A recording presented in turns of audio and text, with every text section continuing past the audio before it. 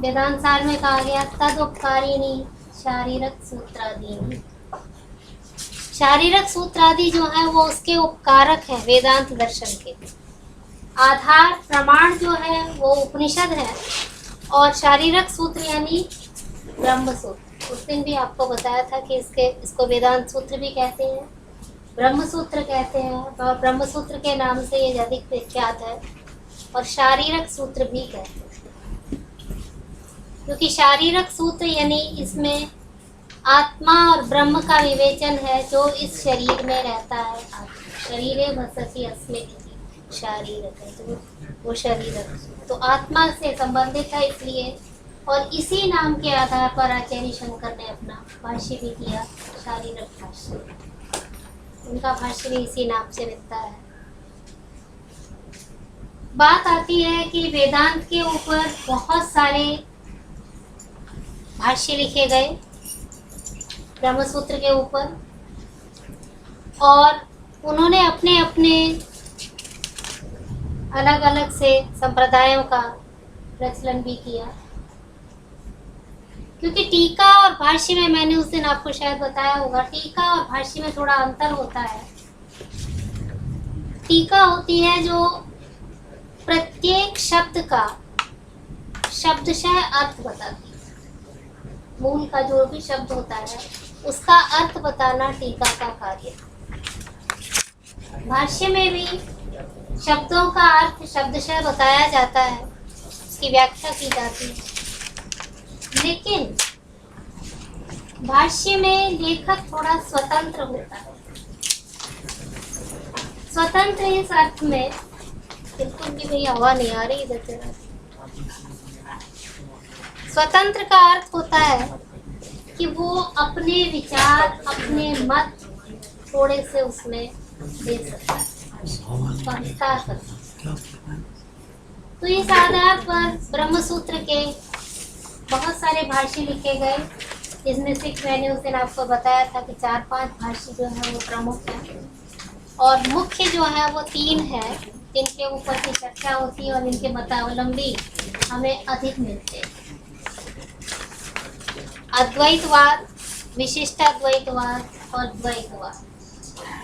अद्वैतवाद शंकराचार्य का, विशिष्टाद्वैतवाद आचार्य रामानुज का, और द्वैतवाद आचार्य मध्वाचार्य का।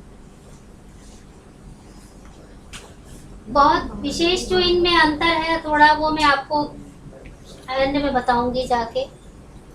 लेकिन ये जो विशिष्टाद्वैतवाद और द्वैतवाद जो है, ये भक्ति परक है। 10वीं शताब्दी और 11वीं शताब्दी में जिस समय भक्ति का अधिक आगाज था, उस समय ये आचार्य रामानुज और मध्वाचार्य 12वीं-13वीं शताब्दी में आए, तो उस समय उन्होंने उसके आधार पर इन भाष्यों की रचना की। और उनका आधार था कि उन्होंने निर्गुण ब्रह्म को स्वीकार नहीं किया, जो कि आचार्य शंकर का आधार था। उन्होंने निर्गुण ब्रह्म को ही माना। अब निर्गुण और सगुण क्या है ये अभी मैं आपको बताऊंगी। मैं केवल इतना, मेरा मंतव्य है कि ये जो इस प्रकार के जो विशिष्टाद्वैत आदि जो भाष्य हैं, ये अधिकतर हमारे भारत में ही प्रचलित रहे, जहाँ पर कि भक्तिवाद का प्रचलन हुआ।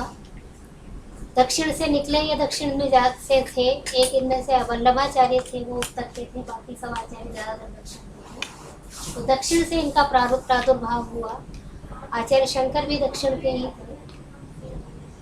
लेकिन जो अद्वैत वेदांत की जो चर्चा और इसका जो प्रचलन और इसका जो प्रचार प्रसार हुआ, उतना किसी अन्य का नहीं।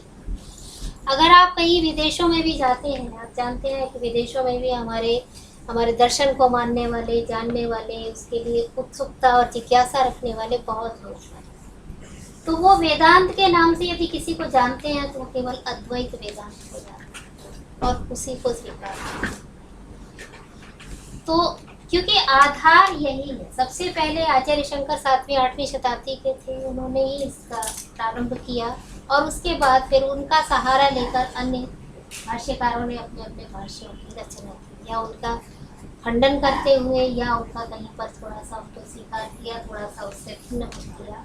इस प्रकार से उन्होंने इसको माना। तो प्रारंभ हम केवल पहले अद्वैत वेदांत से ही करेंगे और उसके बाद फिर हम इन दोनों, इन सब में अंतर क्या है वो मैं आपको अंत में बताऊंगा।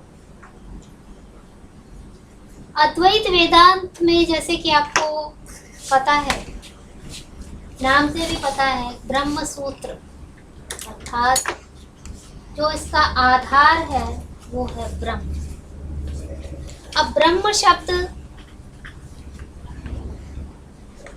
ब्रीह धातु से बना, जिसका अर्थ है विस्तार करना।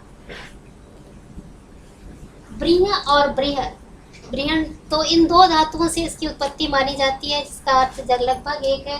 एक का अर्थ होता है व्याप्त करना, एक का अर्थ होता है विस्तार करना। अर्थात वो तत्व जो संपूर्ण जगत में व्याप्त है वो ब्रह्म, ब्रह्मन है असली शब्द जो है, और उसका प्रथमा एक वचन रूप ब्रह्म बनना है। तो ब्रह्म जो है वो सर्वत्र सारे विश्व में जो व्याप्त एक तत्व है। अब एक तत्व से क्या तात्पर्य है? ये आचार्य शंकर कहते हैं कि ब्रह्म का क्या स्वरूप है, ये समझने के लिए हमें पहले ये जानना होगा कि नित्य क्या है और अनित्य क्या है। वो कहते हैं कि ब्रह्म एक नित्य तत्व है। नित्य क्या है?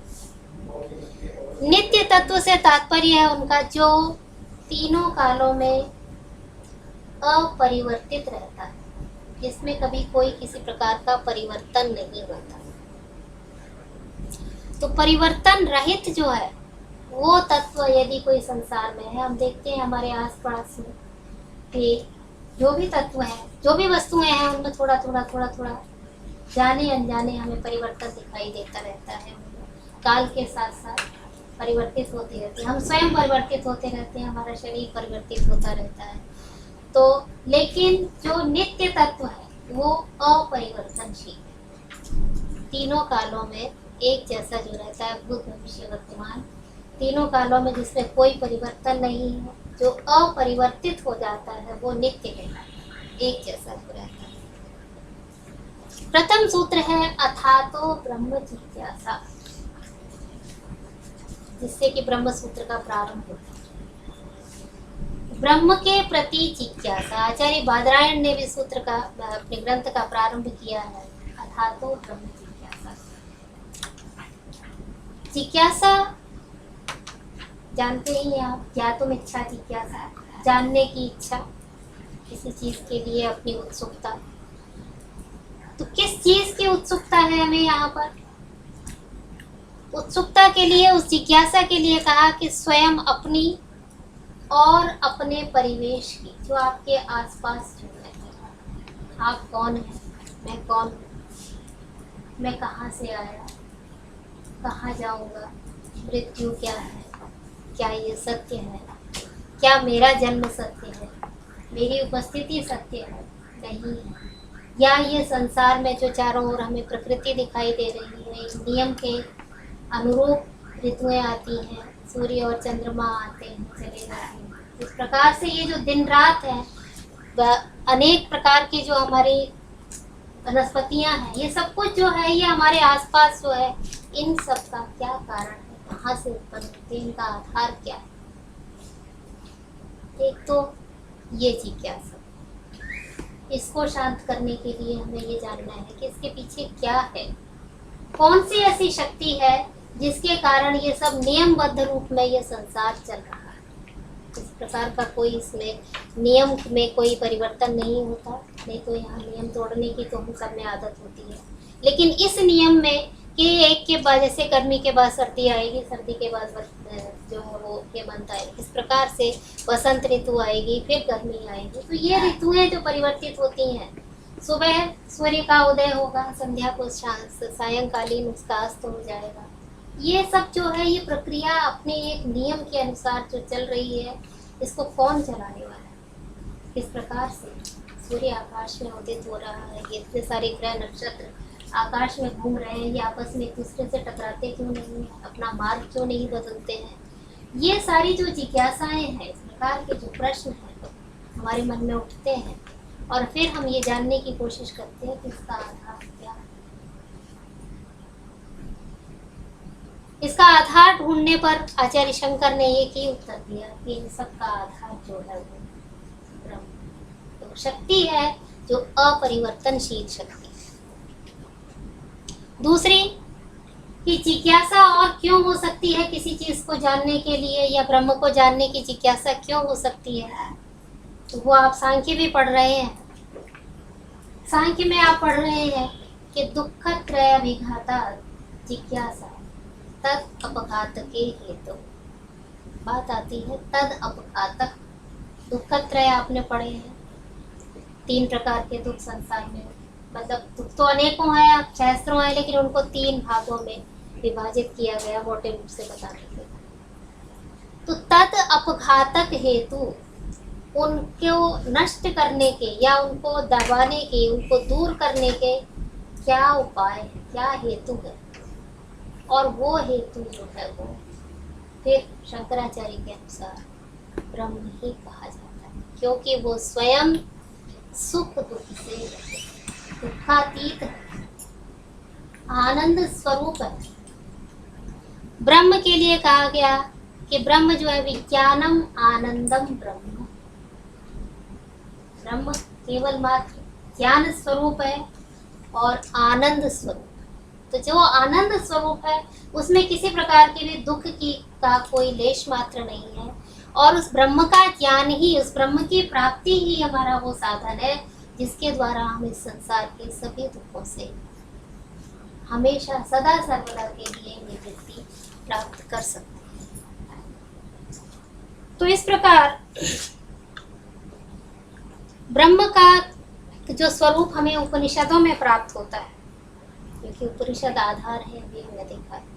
तो उपनिषदों में जो हमें आधार प्राप्त होता है वो क्या है, उसको आप कह सकते हैं कि थ्योरी ऑफ एलिमिनेशन के अनुसार आप उसको जान सकते हैं। थ्योरी ऑफ एलिमिनेशन आप जानते हैं कि जो वस्तुएं आपको यहाँ सब वास्तव में दिखाई दे रही हैं, जो प्रत्यक्ष में दिखाई दे रही हैं, उनको आप एक एक करके उनका एलिमिनेशन करते जाएं कि ये भी नहीं है, ये भी नहीं, नेति नेति नेति।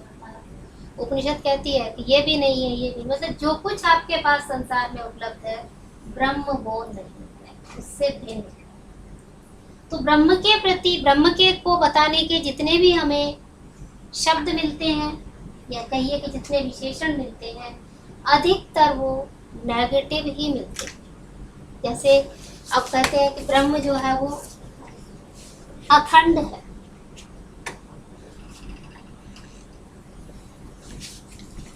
ब्रह्म अज है,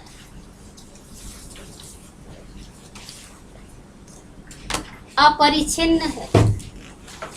देखिए अब सब में ही असीमित है। ये सारे विशेषण जो है वो ब्रह्म के मिलते हैं, जो हमें कि ब्रह्म अखंड है, मतलब जिसके खंड नहीं किए जा सकते। सब नेगेटिव आपको अपने। अज जो जिसका जन्म नहीं होता, जो उत्पन्न नहीं होता, जो अपरिच्छिन्न है, अर्थात जो किसी से भी परिच्छिन्न नहीं है, ढका हुआ नहीं है, जिसको कोई आवृत नहीं करता, जो असीमित है, जिसकी कोई सीमा नहीं है। इसके बाद फिर आप देखेंगे ब्रह्म निर्गुण है, निराकार है,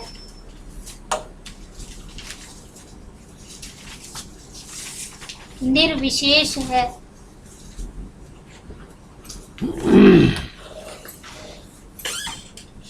ये सारे इस प्रकार के जो विशेषण हैं, ये सब निर्विकार है।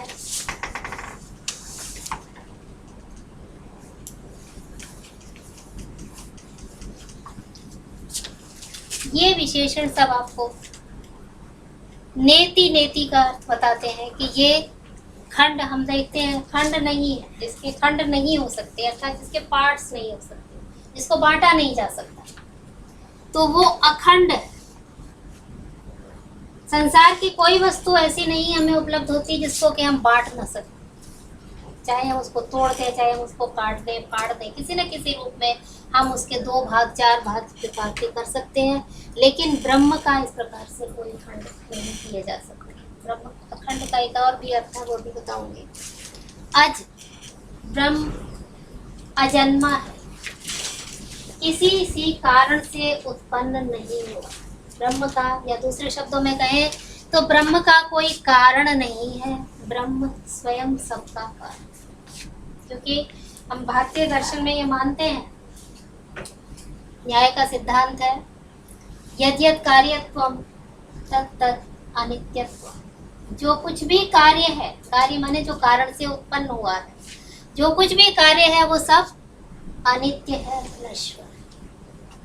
तो ब्रह्म जो है वो किसी से उत्पन्न नहीं हुआ, इसलिए वो नश्वर नहीं, वो तीनों कालों में विद्यमान रहने वाला है, अपरिच्छिन्न है, अर्थात किसी भी कोई भी वस्तु संसार की उसे व्याप्त नहीं कर सकती है। आकाश की, जिसको हम कहते हैं कि इसने सबको व्याप्त किया हुआ है, आकाश मीन्स स्पेस, नॉट जो हमें दिखाई दे रहा है, जो हम जिसको नीला कहते हैं, वो आकाश नहीं। तो अपरिच्छिन्न है, असीमित है, इसकी कोई सीमा नहीं है, कितना लंबा कितना चौड़ा, जैसे कि हम भूमि को माप सकते हैं। और अणु परमाणु, आज का विज्ञान तो हर चीज़ को तोल सकता है, नाप सकता है, लेकिन ब्रह्म इस प्रकार से। और एक सबसे बड़ा जो और विशेषण है वो है अव्यक्त, जो हमें दिखाई नहीं देती, जो इसकी अभिव्यक्ति नहीं होती। अब ये अव्यक्त से भी तात्पर्य क्या है कि अव्यक्त है, उसको हम किसी प्रमाण के द्वारा नहीं देख सकते, अपनी आंखों के द्वारा, प्रत्यक्ष या अनुमान आदि प्रमाणों के द्वारा हम ब्रह्म को नहीं जान सकते। ब्रह्म केवल एक अनुभूति का विषय, उसको हम केवल अनुभव कर सकते हैं, लेकिन उसको हम प्रमाण से सिद्ध नहीं कर सकते। अगर प्रमाण का कहीं पर थोड़ा बहुत कार्य करता है तो वो केवल शब्द प्रमाण करता है, जो इस ब्रह्म को एक्सप्लेन कर सकता है। शब्द प्रमाण भी उस ब्रह्म तक पहुंचता नहीं है, उसके बारे में बताता है, लेकिन वास्तव में जब तक हम उसका ब्रह्म का ज्ञान जो है वो केवल आत्मानुभूति से ही हो सकता है। इसी प्रकार से निर्विशेष है, निराकार है, निर्गुण है, अर्थात इसमें कोई गुण नहीं है। तीनों गुणों में से सत्व रजस तमस, कोई गुण ब्रह्म में नहीं है। निराकार है, उसका कोई आकार नहीं है, कोई स्वरूप नहीं है। निर्विशेष है, उसको किसी विशेषण से नहीं जाना जा सकता, कोई विशेषण उसको नहीं दिया जा सकता कि वो करता है, भोगता है, इस प्रकार से उसको हम नहीं कह सकते। वो सर्वज्ञ है, ऐसे कोई विशेषण उसमें नहीं है। इसी प्रकार से निर्विकार है, उसमें कोई विकार नहीं आ सकता, कोई परिवर्तन नहीं है इसका। अगर इसका हम देखें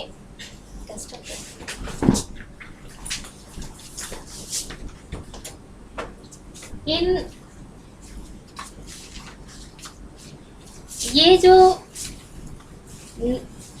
नकारात्मक जो शब्द हैं, बहुत सारे, ज़्यादातर हमें यही मिलते हैं। अगर सकारात्मक अर्थ में हमें कोई वाक्य या कोई शब्द मिलते हैं तो वो है कि ब्रह्म का सकारात्मक रूप क्या है, तो वो है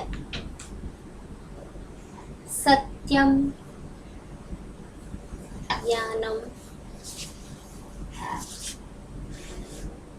अनंतम ब्रह्म।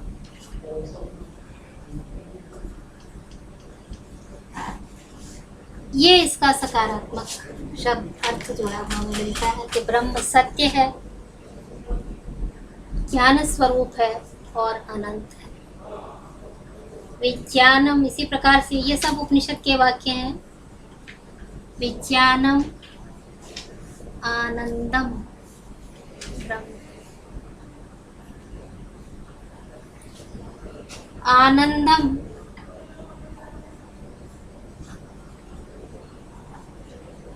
ब्रह्मेति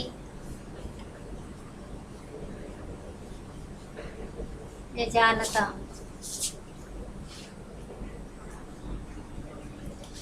ब्रह्म को केवल आनंद स्वरूप में जानो। अब ये तीन शब्द हैं इसमें, पहले सत्य, ज्ञान और अनंत, ये ब्रह्म का स्वरूप बताते हैं। सत्य क्या है? सत्य है जो सत है। सत की परिभाषा दी जाती है त्रिकाला बाध्यत्वम सत्यत्वम, जो तीनों कालों में अबाधित रहता है। तीनों कालों में अबाधित अर्थात तीनों कालों में जो परिवर्तन रहित रहता है वो सत्य कहलाता है। तो त्रिकाला बाध्य होना ब्रह्म का सबसे बड़ा विशेषण है कि ब्रह्म वो है जो त्रिकाला बाध्य है। दूसरा ज्ञान, ज्ञान स्वरूप है। इसके साथ साथ एक वाक्य और मिलता है,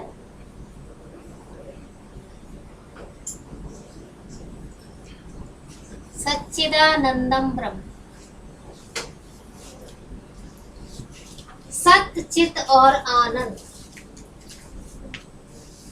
चित, चित शब्द जो है ये सत तो वही है। चित जो है, चिति चैतन्य, जो चेतन है।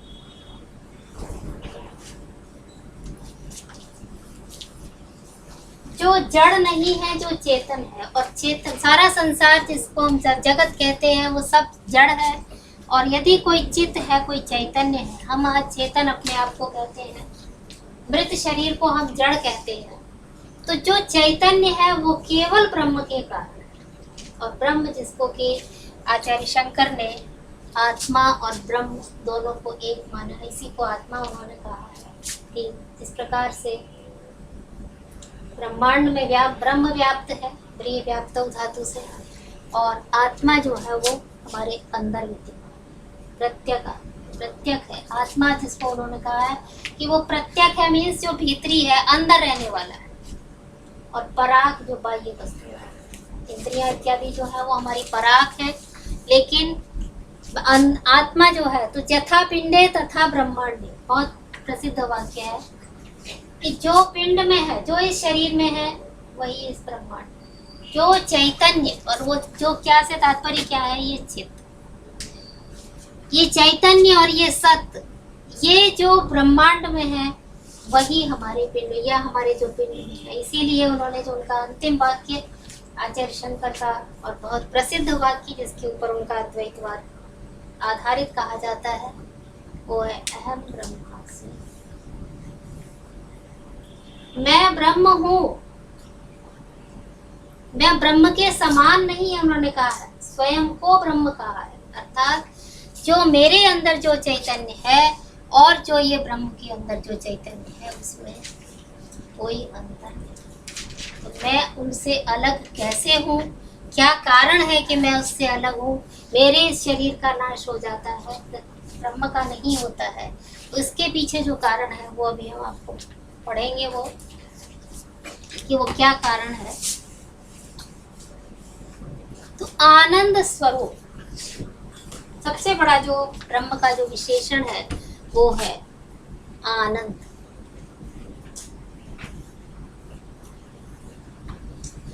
आनंद माने किसी भी प्रकार के दुख का जिसमें समावेश नहीं, वो चाहे आपका शारीरिक दुख हो, मानसिक दुख हो, आदि भौतिक दुख हो, आदि दैविक दुख हो, किसी भी प्रकार के दुख का जिसमें मिश्रण नहीं है, यानी दूर तक जहाँ पर दुख जिसका पास नहीं पहुँच पाता है वो आनंद स्वरूप ब्रह्म है, आनंदम ब्रह्म।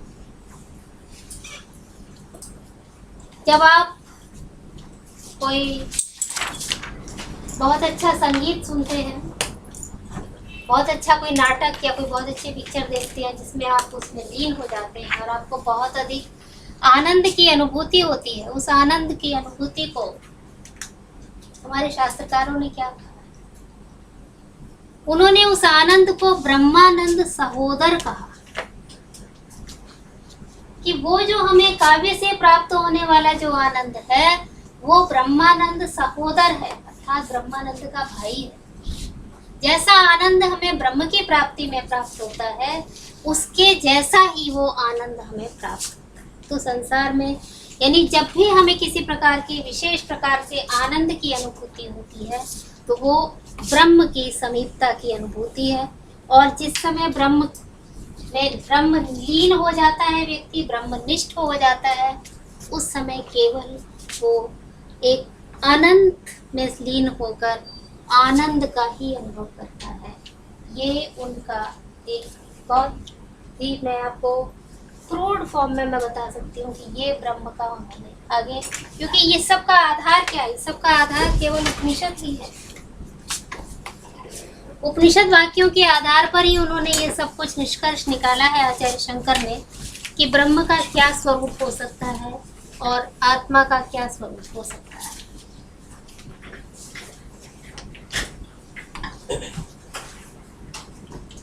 कहते हैं कि ब्रह्म को आप ये कैसे सिद्ध कर सकते हैं, कैसे जान सकते हैं? तो ब्रह्म के लिए उन्होंने कहा कि ब्रह्म को जानने के दो लक्षण होते हैं, एक स्वरूप लक्षण और एक तटस्थ लक्षण।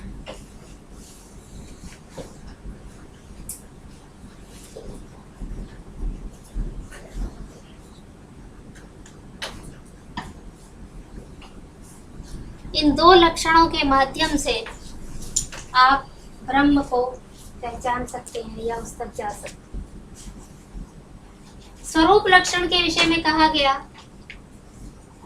स्वरूपम सत् व्यावर्तकम। स्वरूप क्या है?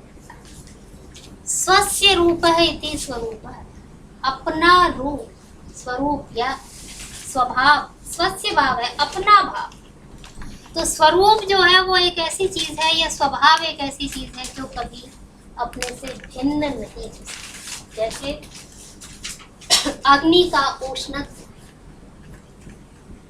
अग्नि से उसकी उष्णता कभी समाप्त नहीं हो सकती, कभी भी उसको आप अलग नहीं कर सकते। क्यों? क्योंकि वो उसका स्वरूप है। तो अग्नि से, तो स्वरूपम सत् व्यावर्तकम, व्यावर्तक माने वो अन्यों से उसको भिन्न कर देता है, भिन्न कर देता है, यानी जल से, पृथ्वी से, आकाश से अग्नि को वो भिन्न कर देता है, क्योंकि उष्णता अन्य किसी में उपलब्ध नहीं है। जल का स्वभाव है शीतल होना, पृथ्वी का स्वभाव है काठिन्य होना, कठिन होना, आकाश का स्वभाव है विस्तार होना। तो ये सब अपना अपना अलग अलग स्वरूप, अलग अलग लक्षण है। तो जो जिसका लक्षण है वो उससे दूसरे से भिन्न कर देता है, उसको वो स्वरूप कहलाता है। और तटस्थ लक्षण कहते हैं कि तटस्थ लक्षण होता है तद भिन्नत्वे सति तद बोध, यानी भिन्न होते, उससे भिन्न है वो, लेकिन भिन्न होते हुए भी उसका बोध करा देता है, वो तटस्थ लक्षण। जैसे आप अभी मार्ग में जाएं, आप देखें कि वहां पर जो है वो ट्रैफिक रुका हुआ है और चारों दोनों तरफ से जो है वो कोई ट्रैफिक नहीं आ जा रहा, सड़क ब्लॉक हो रही है। थोड़ी देर में वहां से कुछ गाड़ियों का एक काफिला निकलता है। आपको नहीं पता इन गाड़ियों में कौन है, कौन जा रहा है, लेकिन आप ये अनुमान कर सकते हैं कि कोई मिनिस्टर, कोई वीआईपी, किसी न किसी का ये काफिला जो है वो जा रहा है। तो वो आपने कैसे जाना कि ये कोई वीआईपी हो सकता है? जो उसकी आपने पहले देखा कि वहाँ सारी सड़क पर कोई ट्रैफिक नहीं है, फिर एक साथ वो इतनी सारी गाड़ियाँ निकल रही हैं, तो ये उसका तटस्थ लक्षण है। अनुमान किस आधार पर? कुछ चीजों को, जैसे आप कहते हैं कि जो आचार्य शंकर ने जो उदाहरण दिया है कि जैसे राजा जाता है तो राजा के आगे आगे उसके जो है वो उसके घोड़सवार चलते हैं, उसके और अधिकारी चलते हैं, फिर वो छत्र है, चमर है, ऐसी सारी चीजें वहाँ दिखाई देती हैं। तो उससे अनुमान लग जाता है कि ये राजा जा रहा है, राजा के अतिरिक्त और तो ऐसे कुछ अनुमान, ऐसे कुछ बोधक तत्व, ऐसे कुछ बोधक शब्द जो अनुमान कराते हैं कि ये ब्रह्म है, ये है उसके तटस्थ। अभी आपको जैसे मैं बताती हूँ कि ये जो वाक्य है, ऐसे जो वाक्य है, सत्यम ज्ञानम अनंतम ब्रह्म या सच्चिदानंदम ब्रह्म, विज्ञानमानंदम ब्रह्म, ये इसके स्वरूप लक्षण है। ये इसका स्वरूप बताते हैं, क्योंकि ये विशेषताएं या ये जो सत्य, सत होना, चित होना, ज्ञान स्वरूप होना, ये किसी अन्य में उपलब्ध नहीं होता है। कोई और संसार का ऐसा तत्व नहीं है जिनमें ये वस्तुएं उपलब्ध होती, तो ये उसका स्वरूप लक्षण। लेकिन तटस्थ लक्षण, तटस्थ लक्षण है बाकी, जैसे कि अनुपनिषद में प्राप्त होता है, तैत्तिरीय उपनिषद में, यतो वा इमानि भूतानि जायन्ते येन जातानि जीवन्ति यं प्रयन्ति अभिसंविशन्ति तद् विजिज्ञासस्य तद् ब्रह्म। जिससे ये संसार के जीव उत्पन्न होते हैं। यतो वा इमानि भूतानि जायन्ते, सारे संसार के जीव जो है, भूत माने प्राणी, जिससे उत्पन्न होते हैं, उसको ब्रह्म जानो। ये न जातानि जीवंती, जन्म जिन्होंने ले लिया है और जिसके आधार वो पर वो जीवित रहते हैं, यानी संसार की उत्पत्ति, स्थिति और लय का जो कारण है वो ब्रह्म है। वो कौन है? तो वो उसका तटस्थ लक्षण। इसमें ब्रह्म का नहीं नाम नहीं आया, कोई उसकी डायरेक्ट विशेषता नहीं बताई गई, लेकिन ये उसका पता है कि उसके अलावा और ऐसा कोई नहीं हो सकता संसार में, ऐसा कोई तत्व नहीं है जो संसार को उत्पन्न करने वाला हो, उसका आधार हो, उसकी स्थिति का आधार हो, और उसी में जाकर सब लीन हो जाते हो, तो वो केवल एक तत्व है। और तद विजिज्ञासस्य तद ब्रह्म, उसको जानने की इच्छा करो, वही ब्रह्म है। तो ये इसका तटस्थ लक्षण है, जो आपको दूर से बताता है। तद भिन्नत्वे, उससे भिन्न है, लेकिन भिन्न होते हुए भी तद बोध करता, वो उसका बोध कराने वाला है। ये तटस्थ लक्षण है। क्या आवाज नहीं आ पा रही? नहीं। अच्छा, तो ये स्वरूप लक्षण और तटस्थ लक्षण, ये दो इस प्रकार से जाना जाता है। यद्यपि ये कहा गया कि संसार की स्थिति का कारण यही है, संसार की उत्पत्ति का कारण यही है, लय का कारण यही है, लेकिन फिर भी एक विशेषता बताई गई कि ब्रह्म जो है न करता है न भोगता है। कर्तृत्व नहीं है ब्रह्म में। कर्तृत्व और भोक्तृत्व ईश्वर में होता है, ब्रह्म में नहीं होता।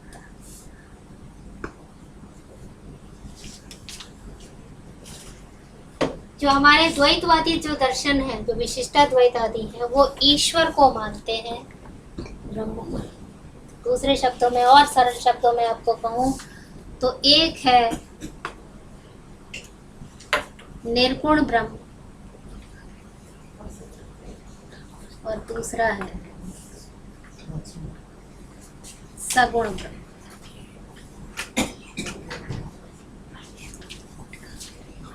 ये जो विशेषताएं हैं, ये जो शब्द है, ये निर्गुण रूप को बताते हैं। निर्गुण है, निराकार है, निर्विकार है, अज है, इत्यादि जो विशेषताएं आपको बताएं, वो सब निर्गुण ब्रह्म की है। लेकिन सगुण नहीं, वो सगुण बता रहे हैं ना उसके, वो सत्यम है, ज्ञानम ये है। गुण नहीं है, यही अंतर है। ये गुण नहीं है, ये स्वभाव है। देखिए, गुण और स्वभाव में क्या अंतर है? गुण जो है वो आगंतुक होते हैं। आगंतुक माने जो आपके अंदर आ भी सकते हैं, आप ग्रहण कर सकते हैं और उनको छोड़ भी सकते हैं, बाहर से आते हैं। लेकिन स्वभाव आपके अंदर होता है, ये स्वभाव है, ये स्वरूप है उसका, ये गुण नहीं है। ये हम लोग कहने के लिए, इसको आपको एक्सप्लेन करने के लिए इन शब्दों का इस्तेमाल हम कर सकते हैं, लेकिन ये वास्तव में ये उसका स्वरूप है। ब्रह्म जैसे कि अग्नि को आप उष्णता, उसमें आप कैसे, वो अग्नि का स्वभाव है। जल का स्वभाव शीतल होना है, उसको आप कितनी फ़ारेनहाइट पर आप उसको गर्म कर लीजिए, अंत में वो शीतल ही है। अगर आप गरम पानी भी अग्नि पर डाल देंगे तो वो उसको शीतल कर देगा, तो वो उसका स्वभाव है। शीतल करना उसका स्वभाव है, इसलिए वो उससे दूर नहीं हो सकता। कितने भी उसमें आगंतुक गुणों का आप समावेश कर दीजिए, लेकिन फिर भी वो उसको उससे भिन्न नहीं कर सकता। तो ये जो है ये इसका स्वभाव है। और ये सगुण होना जो है ये ईश्वर, इसी को हम दूसरे शब्दों में ईश्वर कहते हैं। तो ये संसार की उत्पत्ति, स्थिति, लय, कर्तृत्व, भोक्तृत्व, सर्वज्ञत्व, सर्वनियंत्रित्व, क्या भगवान ईश्वर जो है वो सर्वनियंता है, सर्वज्ञ है, अंतर्यामी है। ये सारे विशेषण जो है ये ईश्वर के कहे जाते हैं। जो ओमनी प्रेजेंट, ओमनी पोटेंट, ओमनीशिएंट बोलते हैं वो हाँ, ईश्वर वो के सब ईश्वर के लिए, सगुण ब्रह्म के। और इस सगुण ब्रह्म की ही उपासना या भक्ति की जाती है, और इसी के द्वारा इसी में इसको ईश्वर में लीन नहीं हुआ जाता। कभी भी आप देखेंगे, आप भक्तिवाद के बारे में जब पढ़ेंगे, ईश्वर में लय नहीं होता, ईश्वर के समीप पहुंच सकते हैं। दास दासी भाव हो सकता है कि आप उसके दास हैं और आप उसको स्वामी समझते हैं, आप उनकी उपासना करते हैं। आप ईश्वर के साथ जब जाते हैं, आप चाहे कृष्ण के मंदिर में, राम के मंदिर में, तो आप वहाँ पर उसको स्वामी के रूप में ही उद्बोधित करते हैं। अंश और अंशी के रूप में आप उद्बोधित कर सकते हैं, लेकिन उनको जान सकते हैं, लेकिन उसमें लीन नहीं हो सकते। जबकि ब्रह्म के साथ ये है कि ब्रह्म में लीन होना, ब्रह्म की में उसी में जाकर समा जाना है। एक बहुत से मैंने एक दोहा पढ़ा था कबीरदास जी का बहुत समय पहले, और मुझे वो दोहा बहुत ही अच्छा लगा। बहुत सिंपल भाषा में उन्होंने समझाया कि ब्रह्म में लीन कैसे हो सकते हैं, क्या है। जल में कुंभ है, कुंभ में जल है, बाहर भीतर पानी। जल में कुंभ, कुंभ में जल है। आप नदी में पानी भरने जा रहे हैं, आपने घड़ा उसमें डुबो दिया, अब बाहर भी पानी है और घड़े के अंदर भी पानी। फूटा कुंभ जल जल ही समा। अब अगर घड़ा टूट जाए वहां पर, तो जो घड़े का पानी है वो सब उसी में मिल गया। जल जल ही समाना, अंतर जाना। तो ये जो चीज है कि ये इसमें लीन होने वाली बात, कि जो उसमें, यही आत्मा और ब्रह्म की बात है कि आत्मा का ब्रह्म में लय जो है वो कैसे होता है कि वो उसमें दोनों में किसी प्रकार का कोई अंतर, वही ब्रह्म लीन होना, वही ब्रह्मनिष्ठ होना कहा जाता है, कि दोनों में कोई अंतर नहीं। गुणातीत क्या होता है? गुणातीत अवस्था भी यही अवस्था है जो गुणों से अतीत, इसमें किसी प्रकार के कोई गुण नहीं, कोई विशेषताएं नहीं, वो गुणातीत अवस्था। और परब्रह्म उसके ऊपर नहीं, परब्रह्म भी वही। ब्रह्म में कोई ग्रेडेशन नहीं है, केवल मात्र हम इसको समझने के लिए करते हैं। ब्रह्म, कोई छोटा ब्रह्म, कोई बड़ा ब्रह्म, कोई पर ब्रह्म, कोई अपर ब्रह्म, इसी को आप अपर ब्रह्म कह सकते हैं। ये सगुण ब्रह्म जो है ये अपर ब्रह्म और ये पर ब्रह्म। ये केवल मात्र, आचार्य ने कहा है कि ये केवल मात्र समझाने के लिए है। आचार्य उपदेश देते हैं, तत्त्वमसि श्वेत केतु, वो केवल उपदेश देते हैं कि तुम वही हो। उन्होंने अपने शिष्य को उपदेश दिया, क्योंकि उनके पुत्र भी थे, कि तुम वही हो श्वेत केतु, तत्त्वमसि, तुम वही हो। और उसको बहुत डिटेल में उसको समझाया भी है उपनिषद में उन्होंने। तो तुम वही हो, ये कैसे हो सकता है? तुम तो ये शरीरधारी, वो अव्यक्त है, दिखाई नहीं देता, उसका अनुभव नहीं होता। अनुभव होता है लेकिन आप उसको अभिव्यक्त नहीं कर सकते, उसकी जो अभिव्यक्ति है वो नहीं हो सकती। कितने ही शब्दों का इस्तेमाल कर लीजिए कि वो सत्य है, ज्ञान है, अनंत है, चित्त है, लेकिन इन शब्दों के द्वारा केवल उसके समीप तक आप उसका वो जान सकते हैं कि ये वो ऐसा है, लेकिन उसकी अनुभूति जो है वो, जैसे कि कहते हैं ना कि गूंगे का गुड़। किसी गूंगे व्यक्ति को आपने गुड़ खिला दिया, आप उससे पूछिए कि कितना मीठा है, तो वो उस मिठास का अभिव्यक्ति नहीं कर सकता कितना मीठा। वो केवल उसका आनंद ले सकता है कि वो मीठा है, लेकिन वो आपको बता नहीं सकता कि वो कितना। वही बात है कि ब्रह्म में आप लीन होकर आनंद का अनुभव तो कर सकते हैं, लेकिन उसको आप बता नहीं सकते कि कितना आनंद है, उसका क्या स्वरूप। तो वहां तक पहुंचने के लिए कोई भी शास्त्र, कोई भी आचार्य जो है वो हमें केवल वहां तक पहुंचा सकते हैं, लेकिन उस अनुभव को हमें स्वयं ही करना हो सकता। वो एक अनुभव का, आत्म अनुभव का ही विषय। अब बात आती है कि ये ईश्वर, इसको हमने सगुण ब्रह्म जो है वो, इसको हम भिन्न कैसे मानते हैं, अपर ब्रह्म, इसको अलग क्यों मानते हैं पर ब्रह्म से। थोड़ा सा मैं आज इसका थोड़ा सा एक आपको हिंट दूंगी, क्योंकि एक विषय थोड़ा अलग है। वो है, आचार्य शंकर ने कहा कि माया उपाधि से जो विशिष्ट है, माया शब्द उन्होंने इस्तेमाल किया है, और माया शब्द उन्होंने श्वेताश्वतर उपनिषद से लिया है।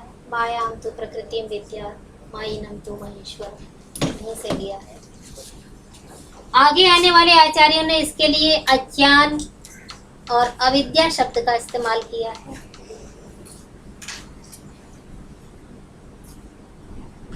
ये सब एक ही है। अविद्या से विशिष्ट, अज्ञान से विशिष्ट या माया से विशिष्ट जो ब्रह्म है वो अपर ब्रह्म है, वो सगुण ब्रह्म। इनको क्या नाम दिया है? इसको कहा है उपाधि। जो माया से भिन्न है, विशिष्ट है, माया की शक्तियों से जो विशिष्ट उपाधि। अब ये उपाधि क्या है? ये हमारी वो डिग्रियां नहीं है जिनको हम उपाधि कहते हैं। उप आधा, था धातु है इसमें। उप आधा, तो उप माने समीप, समीप वर्तिनम आदधाति, यानी जो अपने समीपवर्ती वस्तु को स्वयं रूपम आत्मन, जो अपने रूप में परिवर्तित कर देती है। अपने समीप जो वस्तु रखी है उसको अपने ही रूप में परिवर्तित कर देने वाली विशेषता जो है वो उपाधि कहलाती। जैसे एक बहुत ही प्रसिद्ध उदाहरण है अद्वैत वेदांत का, रज्जु में सर्प की अनुभूति। रज्जु माने रस्सी। रज्जु में सर्प की अनुभूति हमें कब होती है, क्यों होती है, क्या कारण है इसके पीछे? अंधकार।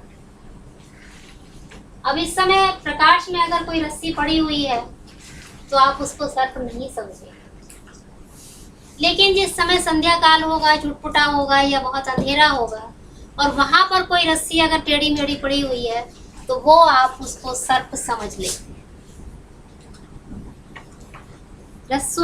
रज्जु में सर्प की जो अनुभूति है वो, उसका कारण क्या है? उसका कारण है अंधकार। और ये अंधकार जो है ये उपाधि है। रज्जु में सर्प ज्ञान, उपाधि जो है वो अंधकार है।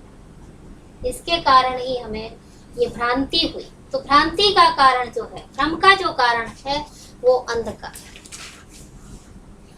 इसी प्रकार से ब्रह्म को जो हमने ईश्वर समझ लिया, जो सगुण समझ लिया, जो अपर ब्रह्म कह दिया कि वो संसार का उत्पन्न करने वाला है, वो संसार को का स्थिर करने वाला है, पालन पोषण करने वाला है, वो भगवान है, वो ईश्वर है, वो सब चीज़ें जो है उस सब का कारण हमारा अज्ञान, अविद्या और माया, ये कही जा सकती है। ये सब उपाधि है। इनसे युक्त होने पर हम उसको, जब वो ब्रह्म जो है वो इनसे, इस उपाधि से उपहित होता है। शब्द आता है उपहित। आप सब संस्कृत पढ़े हुए हैं, आपने सब पढ़ा हुआ है कि जो उपाधि से युक्त है, उपहित माने जो उपाधि युक्त है, तो अज्ञान रूपी उपाधि से जो युक्त है वो ब्रह्म, अपर ब्रह्म कहलाता है। माया विशिष्ट जो है, माया रूपी उपाधि से जो विशिष्ट है वो अपर ब्रह्म है, वही ईश्वर। तो ये ब्रह्म, दोनों में अंतर नहीं है, इन दोनों में, ब्रह्म में कोई अंतर नहीं है जिसको हमने ईश्वर कहा, जिसको हमने ब्रह्म कहा, लेकिन अंतर केवल अज्ञान का है, उपाधि का है। और जब अज्ञान नष्ट हो जाता है, जब ज्ञान का प्रकाश होता है, अंधकार जब नष्ट हो जाता है, आप वहां पर लाइट जला देते हैं तो आप जान जाते हैं कि ये सर्प नहीं है। लेकिन उससे पहले जब तक वहां प्रकाश नहीं था तब तक आप उसको सर्प समझ रहे थे, और उससे सर्पजन्य जो आपकी अनुभूतियां थी या जो आपकी जो प्रतिक्रियाएं थी, आप डर भी रहे थे, भाग भी रहे थे, उस समय आपको पसीना भी आ रहा था। तो ये सारे व्यवहार है, ये व्यवहार है, और इस व्यवहार का होना का कारण केवल मात्र अज्ञान है। और जब प्रकाश आ गया तो एक क्षण भी नहीं लगा उसको प्रकाश आने में, और प्रकाश के बाद में जो ज्ञान का उदय हुआ, जो प्रकाश फैला वहां पर, तो वो सब जो है वो ज्ञान दूर हो गया, और जो ब्रह्म का वास्तविक स्वरूप था, जो निर्गुण स्वरूप था, जो निराकार स्वरूप था, वो हमें उसके बाद वहां पर प्राप्त होता है। जान जाते हैं कि ये रज्जु नहीं, ये सर्प नहीं है, ये रज्जु है। हमारे पसीने भी भाग जाते हैं, हमारा डर भी भाग जाता है, जैसे कि एकदम से रज्जु को देखकर कि अरे हम इससे डर रहे थे, ये तो कुछ भी नहीं है। ये है इस अज्ञान का महत्व। इस अज्ञान के कारण ही जो है ये कि अलग से विषय है, मैं आपको नेक्स्ट कक्षा में बताऊंगी कि अज्ञान की क्या विशेषताएं है, क्या है। ये आप अंधकार पे ही डिपेंड करता है या हमारे अपने अंधकार तो एक्सटर्नल हुआ, हाँ, या अपने हमारे इंटरप्रिटेशन पे डिपेंड करता है? इंटरप्रिटेशन आपको कैसे इंटरप्रिटेशन आपने यही हुई कैसे कि जाना? थी तो रस्सी। आपने देखिए स्मृति रूप पूर्व परत्र दृष्टा, मैं इसके विषय को एक अलग से लेना चाह रही थी, लेकिन आचार्य शंकर ने, मैं आपकी इस समस्या का समाधान करती हूँ, आचार्य शंकर ने इसी को अध्यास भी कहा है, इस उपाधि को उन्होंने अध्यास भी कहा है, और इसकी उन्होंने परिभाषा दी है, स्मृति रूप पूर्व परत्र दृष्टावभास।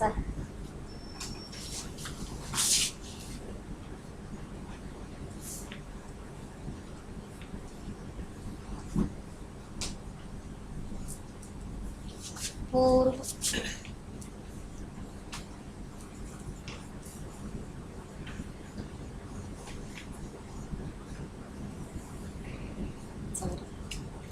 दृष्टावभास। आपने कभी सर्प को देखा है पहले,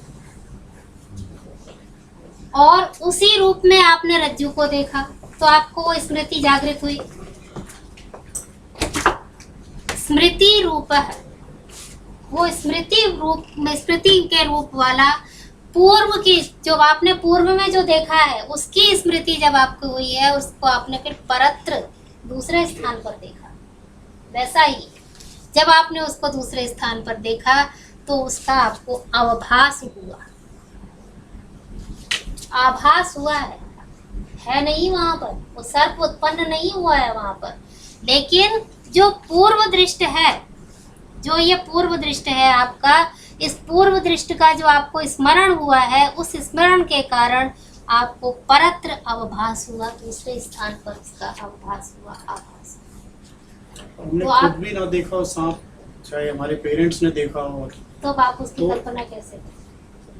उनको हिलते, उनको भागते हुए देखा, तो हम नहीं भागते हैं सांप से। अनुमान नहीं, वो आप उनके जब उनको भागते देख रहे हैं, जब वो चिल्ला रहे हैं सांप सांप, तो आप भी आपने देखा नहीं है। नहीं, वो आपका अपना ज्ञान नहीं है, वो आपका ना अपना ज्ञान है ना आपका अपना ज्ञान है। वो आप, चूंकि वो आपको कह रहे हैं कि भागो भागो, और आप उनके साथ साथ भाग रहे हैं, आपका स्वयं का ज्ञान जो है, ये जो है आप प्रत्यक्ष जो देखते हैं, आपने प्रत्यक्ष अगर नहीं देखा है उसको, तो वो आपका अपना ज्ञान नहीं है। प्रत्यक्ष क्या है? प्रत्यक्ष की प्रक्रिया क्या है बताइए? डायरेक्ट जो अनुभव कैसे? ज्ञानेंद्रियों से। ज्ञानेंद्रिय से। बहुत बढ़िया।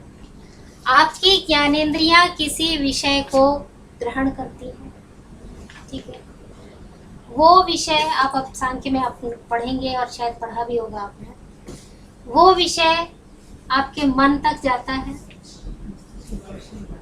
मन उसको बुद्धि तक पहुंचाता है, और बुद्धि फिर क्या करती है, बुद्धि फिर विषयाकार कारित होती है।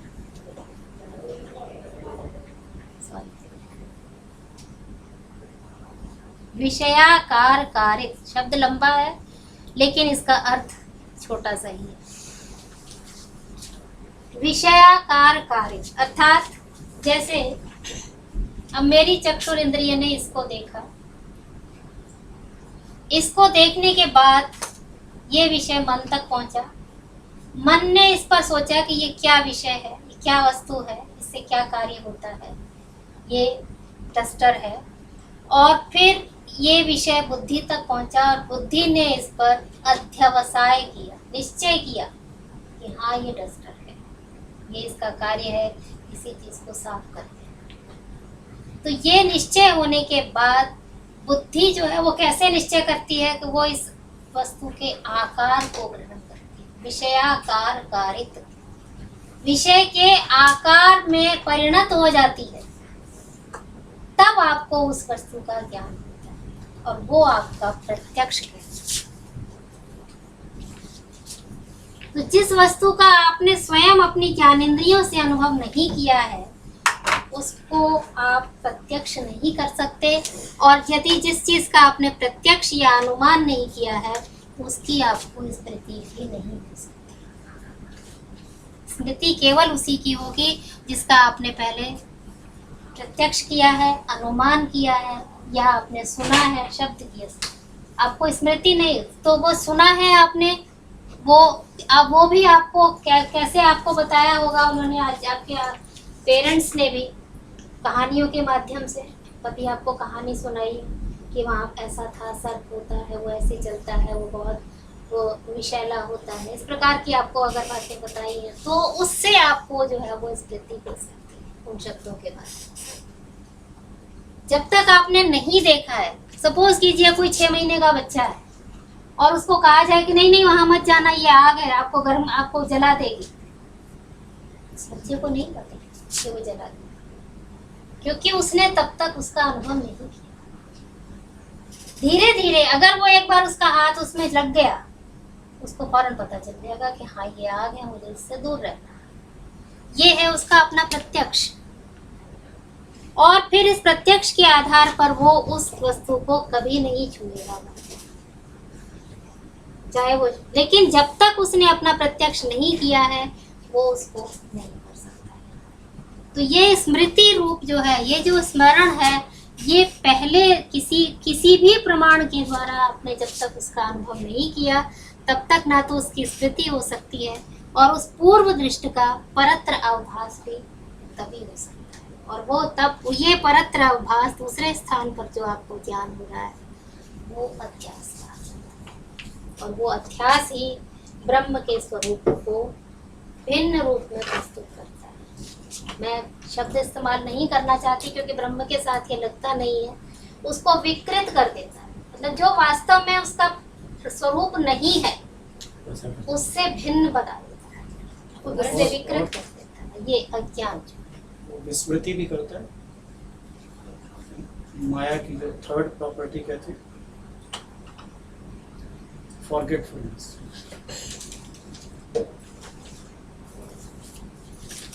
माया की और 2 प्रॉपर्टीज आप क्या बता रहे हैं? फॉरगेटफुलनेस, 2 नहीं, आप थर्ड प्रॉपर्टी बता रहे हैं ना, मैं इससे पहले एक आवरण, एक विकार और एक विस्मृति, 3। मतलब विस्मृति तो नहीं, आवरण और विक्षेपण, आवरण वो तो शक्तियां हैं हमारे, और अगर सच मालूम भी हो तो उसको विस्मृत कर देना, तो तीसरी प्रॉपर्टी विस्मृति कर देना, फॉरगेटफुलनेस क्रिएट कर देना। वो आवरण के अंतर्गत ही आ जाता है। अच्छा। वो आवरण के अंतर्गत, आपको देखिए माया की या ज्ञान की 2 शक्तियां हैं, हम एक आवरण और एक विक्षेप।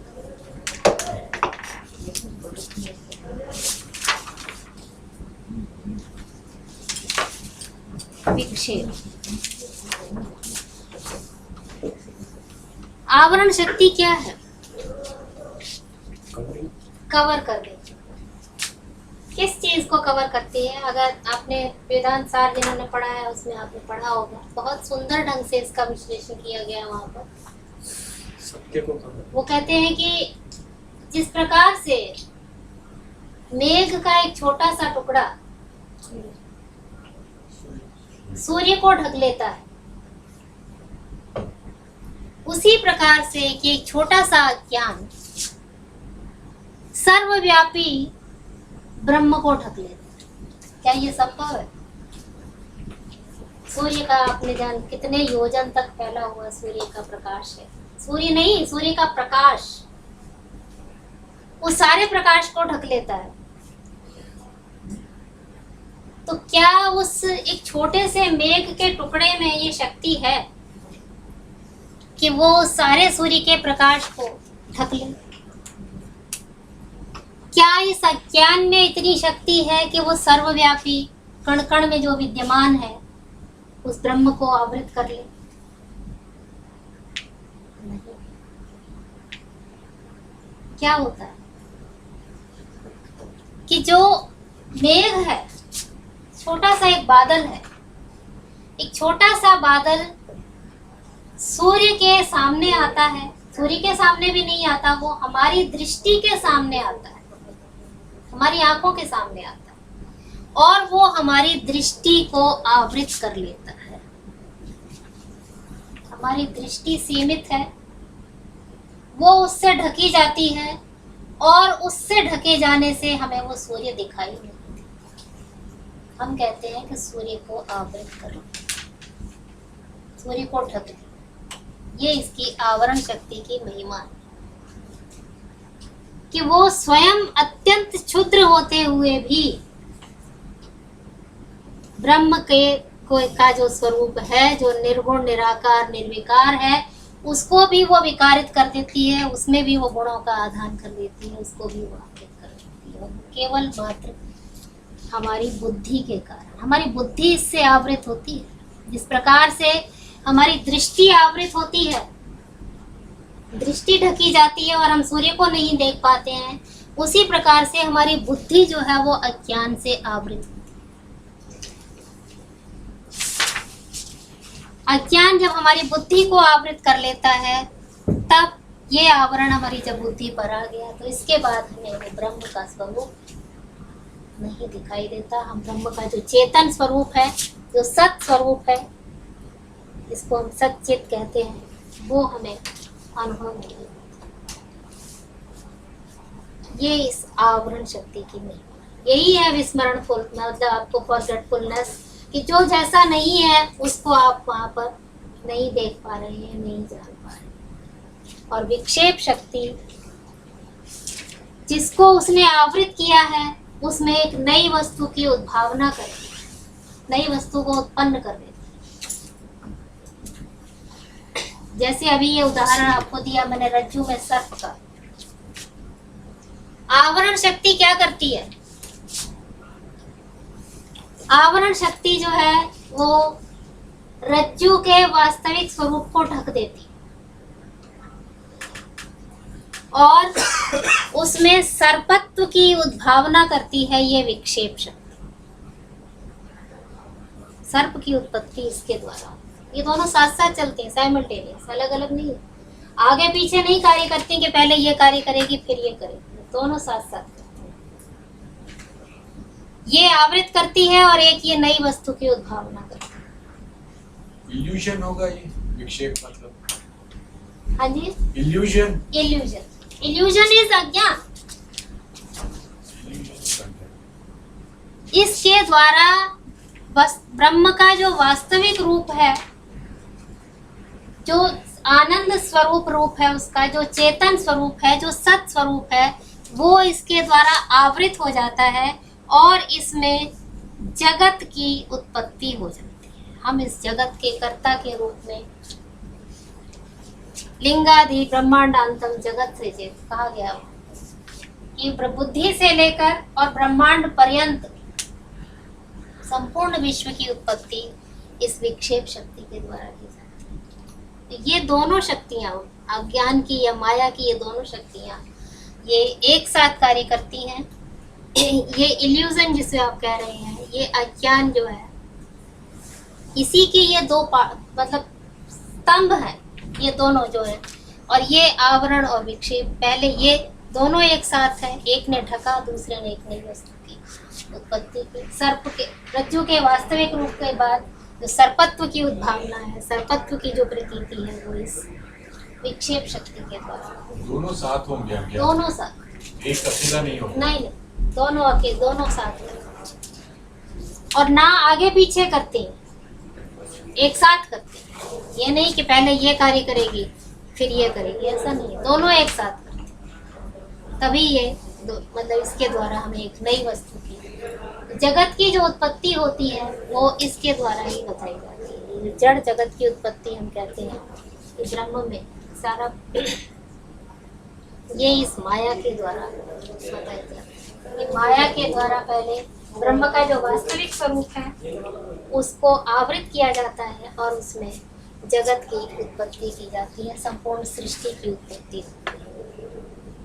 और माया से आवृत होने के कारण ही उसको हम सगुण ब्रह्म, ईश्वर इत्यादि नामों से जानते। एक और शब्द है, अभी आप इस पर विचार कीजिए, अगली बार मैं फिर इसी चीज को आगे और एक और शब्द है आत्मा। तो ब्रह्म और आत्मा, इनमें क्या अंतर है, अंतर है या नहीं है?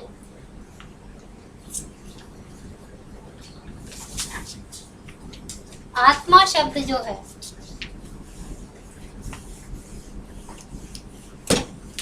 इसको हम जीव भी कहते हैं, जो अधिकतर दर्शनों में भिन्न माना जाता है। ब्रह्म अलग, मतलब ईश्वर अलग है, जीव अलग है। विशिष्टाद्वैत में, द्वैत में, इन सब में अलग अलग माना है और इनको सत्य माना है कि संसार एक सत्य है, जीव एक सत्य है और ईश्वर भी सत्य है। तीनों, इसीलिए इसको त्रैतवाद भी कहते हैं कि ये तीनों चीजों को सत्य मानते हैं। लेकिन आचार्य शंकर इनको अलग नहीं, वो कहते हैं कि जो आत्मा है और जो ब्रह्म है, दोनों में कोई अंतर नहीं। उनका जो मूल वाक्य है वो है, उनका नहीं है ये वाक्य, वैसे ये भी उपनिषद का ही वाक्य है, सॉरी।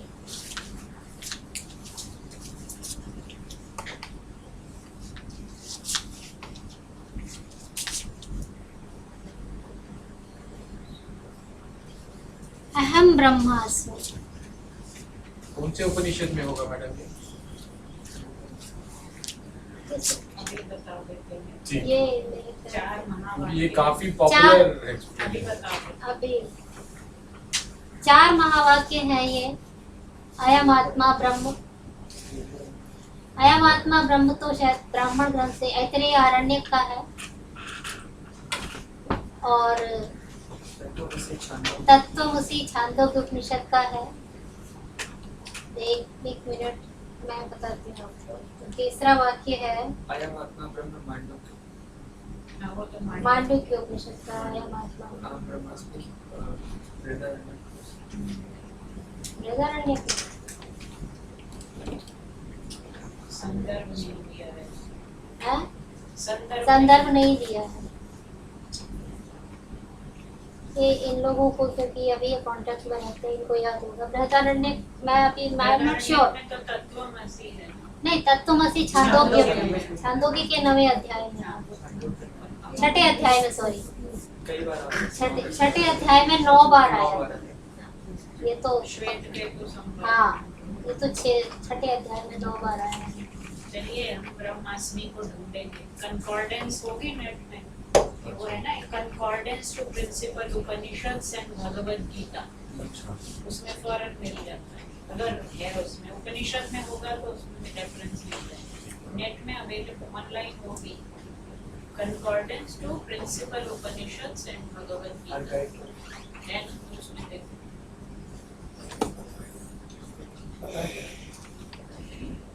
उसमें नहीं है, आपके आलेख में नहीं है ये चारों महावाक्य और उनके स्रोत। ये आ गया,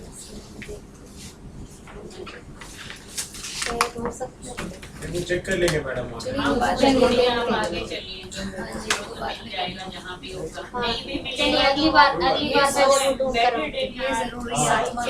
है। हाँ, नहीं भी मिलेगा तो वो महावाक्य तो है। महावाक्य है वो, 4 महावाक्य कहे I जाते हैं। always believed it was Shankaracharya's expression. नहीं नहीं, जब कहा उपनिषद उपनिषद के हैं ये, नहीं, शंकर ने उपनिषद चारों ही उपनिषद चारों ही वाक्य उपनिषद के हैं। तो पहले भी ऐसे मत बोलो। इसके बारे में नंबर नहीं याद है पर बस इतना। बहुत ही एक आभाणक प्रसिद्ध है। 1 4 10 अर्धवाक्येन प्रवक्ष्यामि यदुक्तम श्लोक कोटि नहीं ऐसे अलग सोर्सेस कि जो करोड़ों श्लोकों के द्वारा जो बात समझाई जा सकती है वो मैं एक आधे वाक्य में कहता हूँ। किसी का आभाणक है, शंकर की बहुत बात का लिखा हुआ है। क्या है वो? ब्रह्म सत्यम जगत मिथ्या जीवो ब्रह्मैव न अपरः। ये आधा वाक्य है। ये वाक्य अद्वैत वेदांत को समझाने के लिए बीज वाक्य आप कह सकते हैं कि ब्रह्म सत्यम 1 4 10 जगन मिथ्या ये सेकेंडरी सोर्स है। जीवो ब्रह्मैव न अपरः।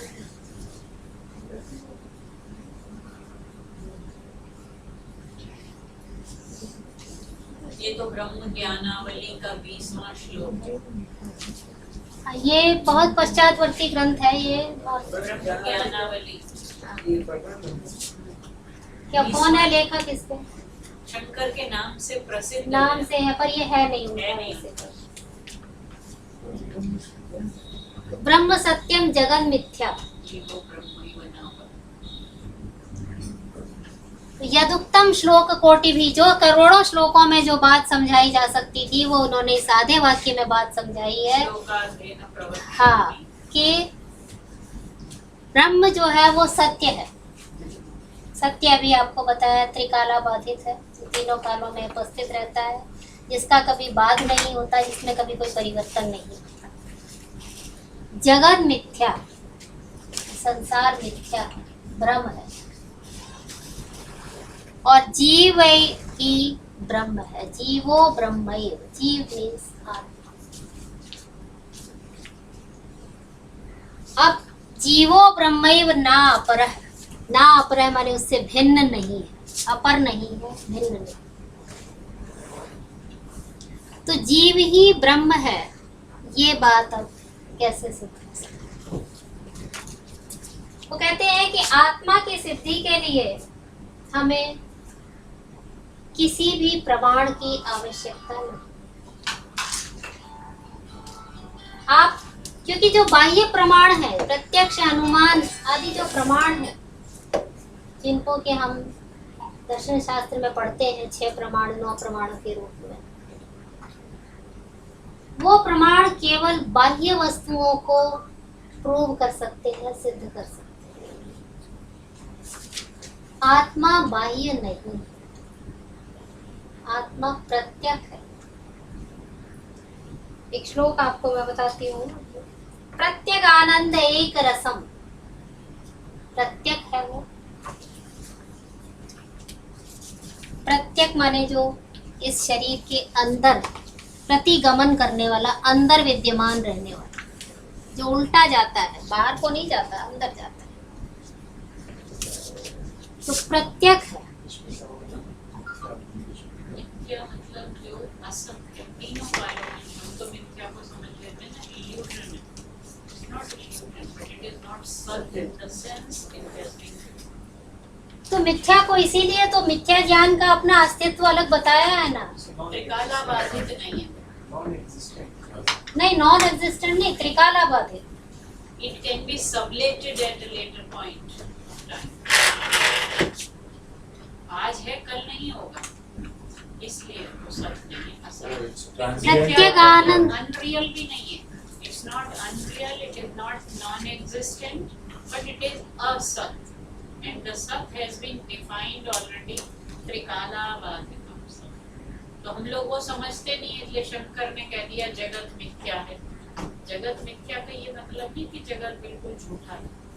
हमारे लिए जगत सत्य है, क्योंकि अभी हमने ब्रह्म को सत्य जाना ही नहीं। बीच में नहीं है हमारे। Transient एक अलग है ना, ये अलग है, वो उसके अपना अलग अस्तित्व है। जो वेदांत सार में जो कहा गया उसको भाव रूप कहा तो गया। ना वो सत्य है ना वो असत वो है। भाव रूप है, मतलब उसको आप एकदम अज्ञान जना न ज्ञानम इति अज्ञानम नहीं कह सकते आप, कि वो ज्ञान का उल्टा नहीं है, वो उसकी एक अपनी अलग एग्जिस्टेंस है, एक अलग इंडिपेंडेंट है वो भाव रूप है। इसलिए उसको बहुत सारे उसकी वेदांत सार में उसकी बहुत अच्छी परिभाषा दी गई माया है। के लिए भी तो माया सन्नाप्य हाँ, सन्नाप्य सन्नाप्य उभयात्मिकानो, कि वो दोनों है और दोनों में से नहीं भी है। तो ब्रह्म जो कहा कि ये जगत मिथ्या है, ये जगत मिथ्या का एक वो आचार्य शंकर के उसमें शंकर दिग्विजय में एक कथानक आता है कि शंकराचार्य नदी पर स्नान करने जा रहे थे, पीछे से कोई हाथी उनके पीछे पड़ गया, वो भागने लगे उसे देखकर। तो उनके जो कोई विरोधी थे वो उनको देखकर हंसने लगे कि आप तो कहते हो कि सब कुछ मिथ्या है, ये हाथी तो मिथ्या है, आप इससे क्यों डर रहे? तो आचार्य शंकर ने उत्तर दिया कि मेरा भागना भी तो मिथ्या है। अगर ये हाथी मिथ्या है तो मेरा भागना भी मिथ्या है। आत्मा को किसी से डर नहीं है। नैनम चिंतन्ति शस्त्राणि नैनम दहति पावक।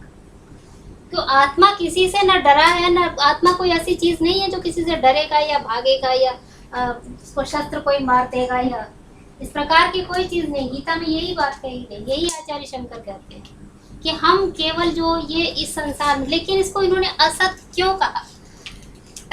असत कहने का कारण केवल एक है और वो ये कि ये नष्ट हो जाता है। हम देखते हैं कि संसार में जो भी चीज उत्पन्न होती है वो किसी न किसी समय नष्ट हो जाती है, इसलिए वो असत। लेकिन जब तक वो रहती है तब तक उसका अस्तित्व है। इसी चीज को समझाने के लिए आचार्य शंकर ने 3 सत्ताएं बताई। प्रातिभासिक सत्ता, आजकल तो वर्चुअल वर्ल्ड वही हो गया, एक्चुअल वर्ल्ड वर्चुअल वर्ल्ड। प्रातिभासिक सत्ता, व्यावहारिक सत्ता,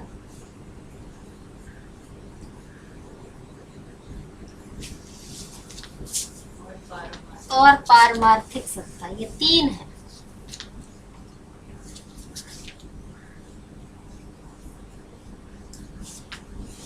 इसका रेफरेंस कहाँ है? तीनों सत्ता।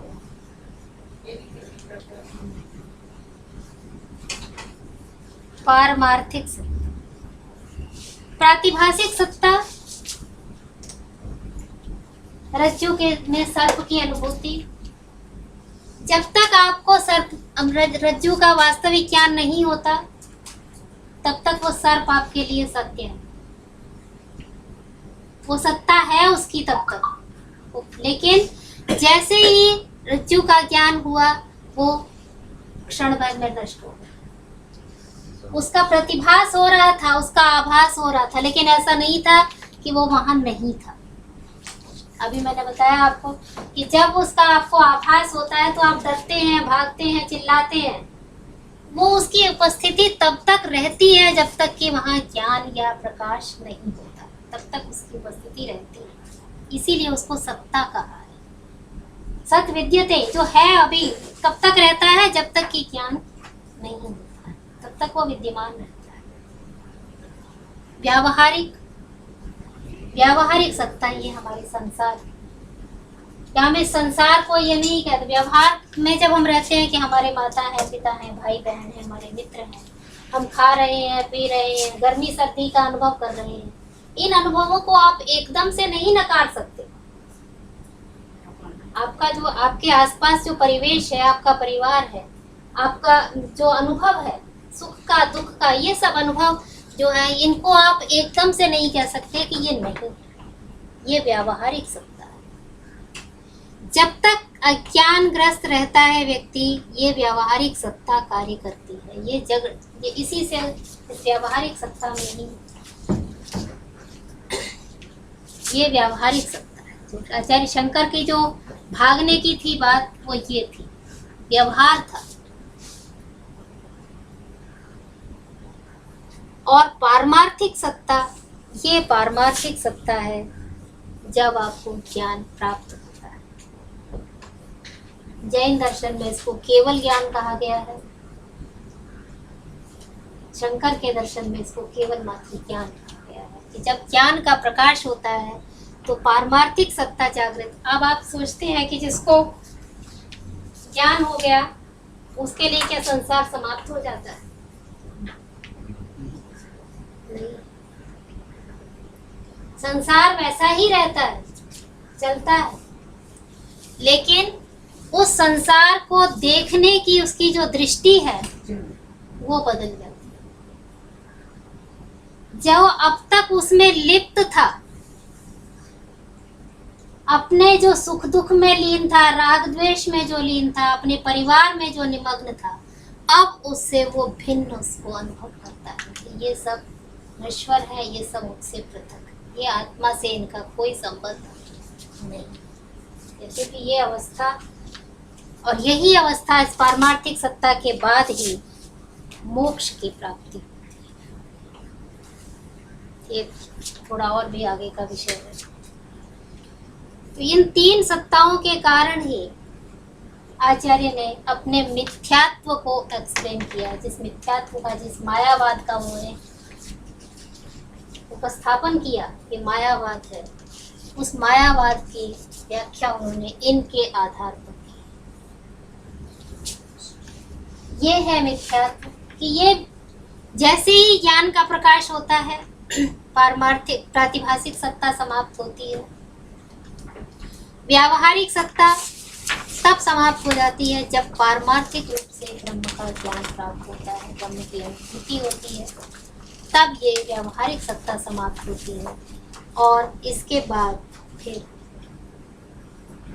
ज्ञान, यानी इसीलिए मोक्ष और ज्ञान दोनों को, मोक्ष और ब्रह्म सब ज्ञान स्वरूप बताते हैं। ये भी ज्ञान स्वरूप। मैडम सेकंड वाला कैसे रिजॉल्व होता है? व्यावहारिक होता है, इसके लिए आपको बहुत सारे कुछ जो हमारे पश्चातवर्ती वेदांती हैं उन्होंने तो इसके लिए बहुत सारे शमदम उपरति तितिक्षा इत्यादि तपस्या ये सब उपाय बताए हैं, अष्टांग योग का उपाय बताया है। इन सब के द्वारा आप इस मार्ग को पार कर सकते हैं। लेकिन आचार्य शंकर केवल मात्र वो कर्म को नहीं मानते। कहते हैं कि कर्म जो है वो भी अज्ञान ही है। कितना भी आप चाहे कीजिए कि आपने तपस्या की, वो कहते हैं ये भी आराधना जो है, उपासना जो है, ये भी एक कर्म है, उसमें भी अज्ञान है। जब ज्ञान का प्रकाश होता है, जैसे कि रज्जु में सर्प, वही वाली बात कि जैसे ही वहां पर रोशनी आई, आपने टॉर्च जलाई या आपने बिजली का बल्ब ऑन किया और वो एकदम से समाप्त। तो उसी प्रकार से जब ये ज्ञान का प्रकाश एकदम होता है, कितनी भी आप उसमें, आप उसको उस मार्ग पर आपको चलना तो पड़ता है। उस ज्ञान को प्राप्त करने के लिए आपको उस मार्ग पर चलना पड़ेगा। आप ये सोच रहे हैं कि आप चाहे कितने ही गलत कार्य यहाँ पर करते रहें, हिंसा करते रहें, लोगों को कष्ट पहुँचाते रहें और आप समझें कि आप मोक्ष की प्राप्ति या पारमार्थिक सत्ता की प्राप्ति कर लेंगे, ऐसा नहीं। सबसे पहली बात तो यह है कि जो व्यक्ति इस मार्ग पर जाना चाहता है, मोक्ष की ओर जो अभिलाषी है, मोक्ष का अभिलाषी है, उसके चित्त में या उसकी बुद्धि में इस प्रकार की दुर्भावनाएं आती ही नहीं कि किसी का उसे अहित करना, वो किसी का अहित करने की सोच भी नहीं सकती। इसीलिए कहा गया, पूछा गया था, वेदांत सार में ही पूछा है कि जो व्यक्ति जीवन मुक्त हो जाता है क्या उसे फिर यथेष्टाचरण की अनुमति होती है कि वो कुछ भी कर सकता है? क्योंकि अब उसे ये पता है कि उसके कर्म उसके साथ उसको नहीं कष्ट देंगे, तो वो यथेष्टाचरण कर सकता है, कुछ भी कर सकता है। तो आचार्य ने वहाँ पर कहा कि नहीं, वो स्वयं ही नहीं करता, क्योंकि उसकी भावनाएं, उसकी बुद्धि परिवर्तित हो जाती है और वो उसको उसी मार्ग पर जाता है, दूसरा की हितकारी कार्य ही करेगा, तो अहितकारी कार्य नहीं करेगा। तो ये व्यावहारिक सत्ता तब इसको डिसॉल्व करने के लिए आप तपस्या के मार्ग के द्वारा, अष्टांग योग के द्वारा या शमदम उपरति तितिक्षा, इन सब जो आप साधन चतुष्टय जो बताए गए हैं, उन साधन चतुष्टय के द्वारा आप इसको दूर करके और तब पारमार्थ। साधन चतुष्टय कौन कौन से हैं आप जानते हैं?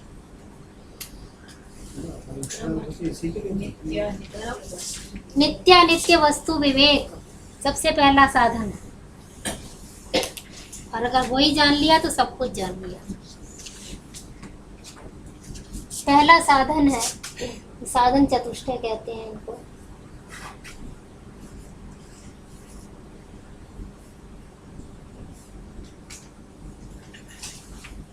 पहला है नित्य वस्तु विवेक। नित्य और अनित्य इन वस्तुओं में विवेक करना, इनको जानना कि नित्य क्या है और अनित्य क्या है। नित्य वस्तु विवेक। दूसरा है इहामूत्र फल भोग विराग।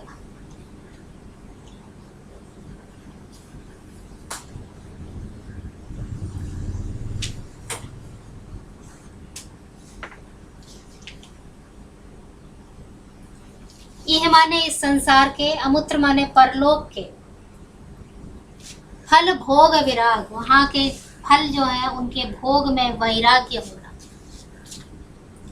संसार की किसी भी वस्तु की अभिलाषा न करना, सब मोक्ष स्वर्ग की अभिलाषा न करना। तीसरा है समाधि षट संपत्ति।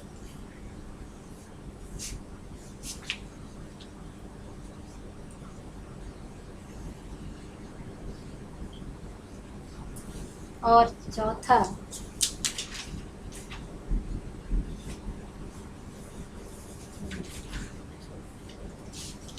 मुमुक्षुत्व। अगर मोक्ष की इच्छा नहीं है तो कुछ नहीं है। सबसे पहले तो इच्छा जागृत होनी चाहिए। तो ये है साधन चतुष्टय। इन साधन चतुष्टय के बाद व्यक्ति, जो उस दिन मैंने आपको बताया था, श्रवण मनन और निधिध्यासन, उनका पालन करता है और उसके बाद वो व्यावहारिक जगत में असत्य को देखता है, असत्ता को देखता है, मिथ्यात्व को देखता है और तब उसे सत्य का नित्य और अनित्य वस्तुओं में विवेक करना, ये जानना कि नित्य क्या है, अनित्य क्या है। नित्य कहा केवल मात्र ब्रह्म, एक से दूसरी कोई वस्तु है ही नहीं जो कि नित्य हो, एक ही है और वो है ब्रह्म। और अनित्य अतो अखिलम सर्वम अनित्यम, उससे अतिरिक्त जो कुछ भी है वो सारा अनित्य है। ये समझ लेना कि ये संसार जो है, जो ब्रह्म के अतिरिक्त, आत्मा के अतिरिक्त जो कुछ भी है वो सब अनित्य। इसको अच्छी प्रकार से समझ लेना। दूसरा यह अमूत्र फल भोग विराग, संसार की चीजें, यश प्राप्ति करना, धन प्राप्ति करना, ये करना, ये सब से आपको वैराग्य हो, इन सब के लिए आपके मन में इच्छा न हो। और क्या आप दान देंगे, बहुत सारा यज्ञ पूजन आदि करेंगे तो आपको स्वर्ग की प्राप्ति होगी, उसके प्रति भी इच्छा न होना, उसके प्रति भी वैराग्य हो जाना। तो यह अमूत्र दोनों जगह, इस जगह इस लोक और परलोक दोनों जगह के सुख की अभिलाषा का वैराग्य, उसका त्याग जो है, ये आत्मज्ञान प्राप्ति के लिए आवश्यक है। तभी उस आत्मज्ञान, नहीं तो आप क्यों है ये आवश्यक? क्योंकि जब तक इन वस्तुओं की प्राप्ति की इच्छा, चलिए आप इस संसार की चीजों के बारे में अगर आप कहते हैं कि हम छोड़ देते हैं, इसका अहंकार है। लेकिन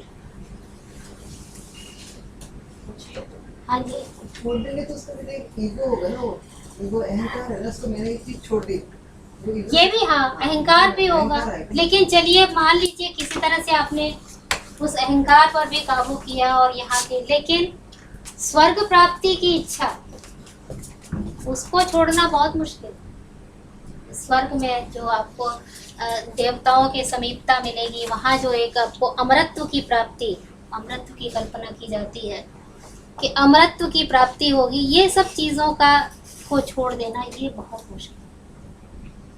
इसके पीछे केवल एक ही कारण है कि जब तक आप इनके प्रति इच्छा रखेंगे, तब तक आपका ये जो राग है ये समाप्त नहीं जो प्रश्न है वो अहंकार, अगर मैं बीच में बोल हाँ। सकती हूँ कि अगला तो उसी के लिए है, इसीलिए फिर शाम सारे नहीं तो खत्म हो जाता वहीं। अभी अहंकार वाली बात है, इसलिए दो सीढ़ियाँ और चढ़ाओगे। ये राग और द्वेष, ये दो चीजें जब तक रहेंगी तब तक आप आत्मज्ञान प्राप्त नहीं कर सकते, आत्मा का स्वरूप नहीं जान सकते। तो जब तक ये राग और द्वेष ये दो रहेंगे, इसीलिए इनसे वैराग्य, इनसे विराग होना है। किसी भी प्रकार की वस्तु की अभिलाषा से वैराग्य होना। आप सोचते हैं कि मैंने बहुत दान दिया, लोग मंदिर में दान देने जाते हैं किस लिए? कि यहाँ पर शिलापट्ट पर हमारा नाम लिखा जाएगा, लोग आएंगे देखेंगे हमने इतना दान दिया है। किसी गरीब को वो नहीं दे सकते हैं क्योंकि उसका कहीं उल्लेख नहीं है। यहाँ उल्लेख तो लोग नाम के लिए, लेकिन नाम के प्रति आपका क्या है? आपके मन में वही आपकी बात की अहंकार है और राग है, ये दो चीजें हैं। आप किसी ने कहा कि मैंने 1 लाख रुपए दान दिए होगा, दूसरा कहेगा कि नहीं मैंने 2 लाख रुपए दान दिए, तीसरा अंबानी कहेगा मैंने 10 करोड़ दान दिए। तो ये सब क्या है? ये द्वेष है। एक दूसरे से जो आगे बढ़ने की जो इच्छा है, एक दूसरे को नीचा दिखाने की जो इच्छा है, वो द्वेष है। इस द्वेष के कारण आप ऐसा करते हैं।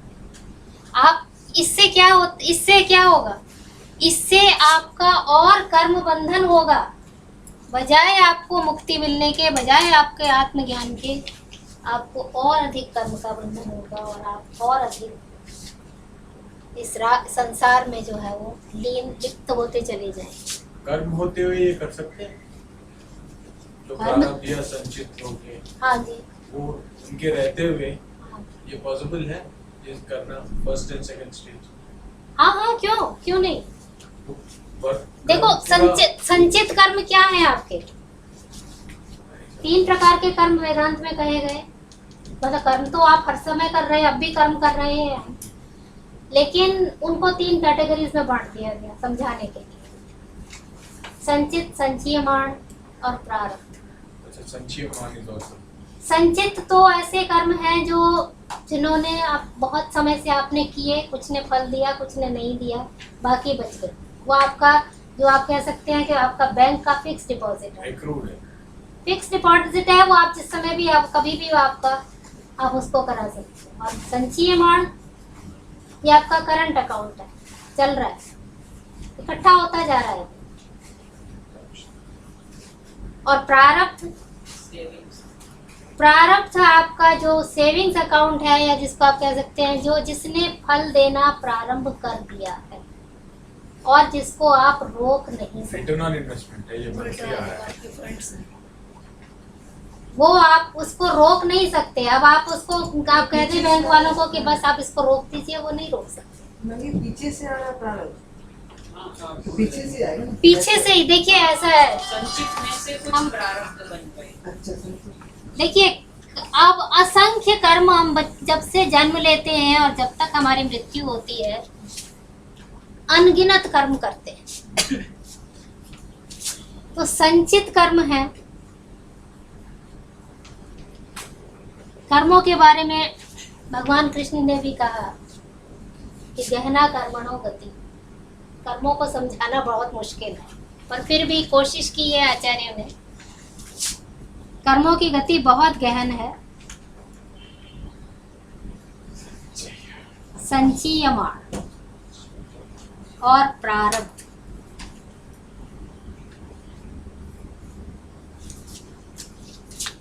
संचित ऐसा है कि आपने कुछ कर्म ऐसे होते हैं जो आप बहुत अच्छे करते हैं इस दुनिया में, कुछ कर्म ऐसे होते हैं जो बहुत बुरे करते हैं। तो जो बहुत अच्छे और बहुत बुरे कर्म होते हैं उनका फल आपको इसी जन्म में प्राप्त होता है, क्योंकि उनकी गति तीव्र होती है और उनकी तीव्र संवेग वेदांत इसमें जो है आपका योग दर्शन में बहुत अच्छा समझाया है इसको, कि जो उनकी तीव्र संवेग होने के कारण उनका फल आपको इसी जन्म में प्राप्त होता है। आज मिल जाए, 2-4 साल बाद मिल जाए, जैसे भी है वो मिलेगा। लेकिन प्रतिदिन की दिनचर्या में असंख्य प्रकार के ऐसे कर्म होते हैं जो आप करते रहते हैं। अनजाने जाने अनजाने आप हिंसा भी करते हैं, जाने अनजाने आप किसी का दिल भी दुखाते हैं, जाने अनजाने आप किसी का भला भी करते हैं। आपने किसी को एक रास्ता पार करा दिया, ये बहुत अच्छा कर्म है, लेकिन ये नहीं है कि आपको इसका फल तुरंत मिल जाएगा। ये सब ऐसे जो कर्म हैं ये समय आने पर फलीभूत होते हैं, जब थोड़े थोड़े धीरे धीरे वो पकते हैं। तो ऐसे कर्म जिनका कर्म फल आपको इस जन्म में नहीं मिला वो संचित होते रहते हैं, इकट्ठे होते रहते हैं। और ये कितने जन्मों के, इसका कोई लेखा जोखा नहीं, कितने जन्मों इकट्ठे होते जाते हैं। दूसरे हैं संचयमाण, जो आप इस जन्म में कर रहे हैं और वो इसमें जाकर एकत्रित हो रहे हैं। 3 का वैसे बताया है कि कुछ कर्म जो ऐसे होते हैं जिनका कि आप बहुत अच्छे कर्म किए तो जो बुरे कर्म हैं उनका उनके द्वारा नाश हो जाता है, अपने आप ही हो जाता है। अच्छे कर्मों के द्वारा बुरे कर्म नष्ट हो जाते हैं, उसी प्रकार से उल्टा होता है, बुरे कर्मों के द्वारा अच्छे कर्म नष्ट हो जाते हैं। गंगा नहाना पाप करके गंगा नहाना, दर्शन उसको नहीं मानता। इस चीज को मैं डिस्कस नहीं दर्शन करूंगी। नहीं मानता। दर्शन नहीं मानता गंगा दर्शन नहीं नहाने मानता। हाँ। जो रिचुअल्स हैं आपके हाँ, कर्म कांड है। दर्शन नहीं मानता उसको। बहुत अच्छा कार्य। मान लीजिए जैसे आप कोई व्यक्ति बहुत डिप्रेशन में है और वो फांसी लगाना चाहता है, मरना चाहता है, आप उसको किसी तरह से इस तरह समझा देते हैं कि वो उस कार्य को नहीं करता। ये है आपका बहुत अच्छा कार्य, आपने एक जीवन को बचा लिया, इसका फल आपको जरूर मिलेगा। या आपने गुस्से में आकर किसी का गला काट दिया, ये बहुत बुरा कर्म है और इसका फल भी आपको मिलेगा। और आप देखते भी हैं अपने जीवन में जो बुरे कर्म करने वाले उनको फल मिलता है, अच्छे कर्म करने वालों को भी उसी प्रकार से मिलता है। लेकिन अब आप दिन भर में आप यहाँ चल रहे हैं, पैरों के नीचे चींटियां कितनी आकर मर गई आपको नहीं पता, कितने छोटे छोटे क्षुद्र जीव आकर नष्ट हो जाते हैं। हिंसा है ये, लेकिन आपने जानबूझकर नहीं की, अनजाने में हुई है। तो इस हिंसा का फल आपको मिलेगा, लेकिन कब मिलेगा ये निश्चित नहीं है, ये संचित हो रहा है, समय आने पर मिलेगा। कुछ और इसी प्रकार के कुछ और कर्म एकत्रित हो जाएंगे और फिर वो आकर ये जो संचित और संचीयमाण में से कुछ कर्म प्रारब्ध बनते हैं, इन्हीं में से बनते हैं, दोनों में से।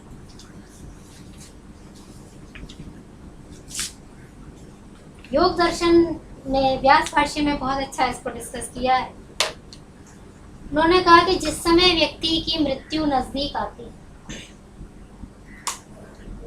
उस समय वो अपने पूरे जन्म का लेखा जोखा वो करता है कि मैंने पूरे जन्म में क्या किया, और वास्तव में होता है।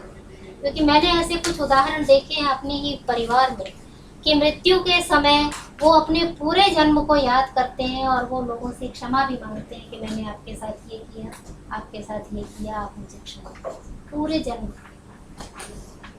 तो जिस समय उस समय जो कर्म एकत्रित होते हैं उसके पास, आप वो कहते हैं कि वो कर्म एकत्रित होकर एक पिंड रूप धारण करते हैं और वो पिंड जो है वो प्रारब्ध बनता है, यानी आपका भाग्य बन जाता है। इसी का दूसरा नाम भाग्य है। इसी से आपका अगले जन्म का निर्धारण होता है। आपको कौन सा जन्म मिलेगा, कौन सी योनि में आपको जन्म मिलेगा, आप मनुष्य बनेंगे, पशु बनेंगे, पक्षी बनेंगे, देव बनेंगे, ये सब आपको इससे निर्धारित होता है। इसी से निर्धारित होता है कि अगले जन्म में आपकी आयु कितनी होगी। इसी से निर्धारित होता है कि अगले जन्म में आपको क्या भोग मिलेगा। भोग मतलब सुख और दुख का अनुभव, कितना सुख और कितना दुख होगा वो भी ये प्रारब्ध कर्म ही निश्चित करता है। और ये कर्म का एक ऐसा चक्र है जो एक बार, उदाहरण दिया जाता है ना, जो उसके कुमार के चक्र पर अगर चढ़ गया तो वो रुकेगा नहीं, वो चलता जाता है। तो ये एक बार जब प्रारंभ हो जाते हैं, प्रारब्ध कर्मणाम भोगे नेव क्षय, केवल मात्र भोग ही इसका एक कारण उपाय है, इस और कोई उपाय नहीं है इनको हटाने का। इनको कहते हैं ना कि हमारे भाग्य में पता नहीं क्या लिखा है या भाग्य हमारा ऐसा है। इस भाग्य का निर्धारण पहले हो चुका है आपके जन्म से पहले और इसका आपको अनुभव करना ही होगा। बाकी के ये जो दो कर्म हैं ये ज्ञान के द्वारा नष्ट किए जा सकते हैं। गीता में भगवान ने कहा ज्ञानाग्नि सर्व कर्माणि भस्मसात् कुरुते अर्जुन। तो ये ज्ञानाग्नि जो है वो इन दोनों प्रकार के कर्मों को तो नष्ट कर सकती है, इनको नहीं कर सकती। ये नष्ट हो गए, ये सब आपका बैंक बैलेंस सारा सब कुछ खत्म हो गया। अब जो ये चल रहा है ये केवल मात्र आपको बैठना ही होगा। आप देखते हैं बहुत अच्छे बड़े बड़े ज्ञानी साधु होते हैं, तपस्वी होते हैं, लेकिन उनको भी बहुत बड़ी बड़ी शारीरिक यातनाएं होती हैं। अंत में उनका जो अंत समय है बहुत कठिनता से आता है। तो क्यों? सब प्रारब्ध कर्मों के, उसका आपको भोगना अवश्य है, उसके लिए और कोई उपाय नहीं। आपके प्रारब्ध अच्छे करे जाए तो ये नहीं कि मरने से पहले कुछ साल नहीं, अच्छा या बुरा दोनों प्रारब्ध है, दोनों ही प्रारब्ध है। दोनों ही प्रारब्ध है। प्रारब्ध फिर वो मोक्ष कैसे देंगे? एसी चल रहा है, प्रारब्ध है, बंद हो जाए वो भी प्रारब्ध है। मोक्ष इन सब कर्मों से मुक्ति प्राप्त होगी। इन कर्मों का क्षय होने के बाद ये देखिए संचयन में जाएगा। ये प्रारब्ध कर्म, इससे ये ज्ञानाग्नि आ गई। ज्ञानाग्नि से ये दोनों प्रकार के कर्म समाप्त हो गए, जल गए, भस्म हो गए। अब इस ज्ञानाग्नि के बाद जो प्राप्त हुआ आपको वो है जीवन मुक्ति। आपने तो एक दिन में सारा वेदांत समाप्त करा दिया, सारा कुछ ही आ गया। वही तो कह रही हूँ, ये है जीवन मुक्ति। जो जीवित रहते हुए जो मुक्त हो जाए, जनक राज। प्रारब्ध इसके बाद है ना। जीवन मुक्त को भी प्रारब्ध का अनुभव करना पड़ता है। उसके बाद रिलीज होता है। प्रारब्ध तो उसका चल रहा है, उसके प्रारब्ध में था कि वो ज्ञान प्राप्त कर ले, इतनी उसके अंदर थी। आचार्य शंकर का प्रारब्ध था कि उन्होंने 8 वर्ष की आयु में चारों वेदों का अध्ययन कर लिया। उनका ये भी उनका प्रारब्ध था, उनके पूर्व जन्म के संस्कार थे। ये संस्कार है ये सब। इनको जो हम कर्म कोई ऐसी चीज नहीं है जिनको आप हाथ में लेकर दिखा सकें कि दिस इज कर्म, ऐसा नहीं। जो कुछ आप करते हैं उनका एक सूक्ष्मतम रूप, बहुत ही सूक्ष्म रूप, संस्कार जिसको हमने कहा है, वो संस्कार के रूप में रहता है और वो इकट्ठा होता है। जैसे उदाहरण देते हैं ना कि कपड़े में अगर आपने पुष्प रख लिया और उस पुष्प के सूख जाने के बाद भी उस वस्त्र में उसकी सुगंध रहती है, वो सुगंध जो है वो संस्कार, वो बचा हुआ शेष है। तो ये जो है ये उसके संस्कार है, प्रारब्ध। और ये इसके बाद जीवन मुक्त व्यक्ति के इसको अनुभव, जब ये समाप्त हो जाएंगे तब उसे विदेह मुक्ति होती है। यानी इसके शरीर का नाश तब होगा जब विदेह मुक्ति होगी। उसको और कुछ नहीं भोगना, क्योंकि ये तो समाप्त पहले ही हो चुके हैं। ये है इनका, वो भोग करेगा और उसके बाद उसे विदेह मुक्ति। ये 2 प्रकार की मुक्ति इसीलिए वेदांत में बताई है। ज्ञान के स्थिति है। आत्मज्ञान, आत्मा के अपना स्वरूप का ज्ञान। मैं कौन हूँ, संसार से पृथक, ओहम से ओहम से सोहम तक पहुँचना।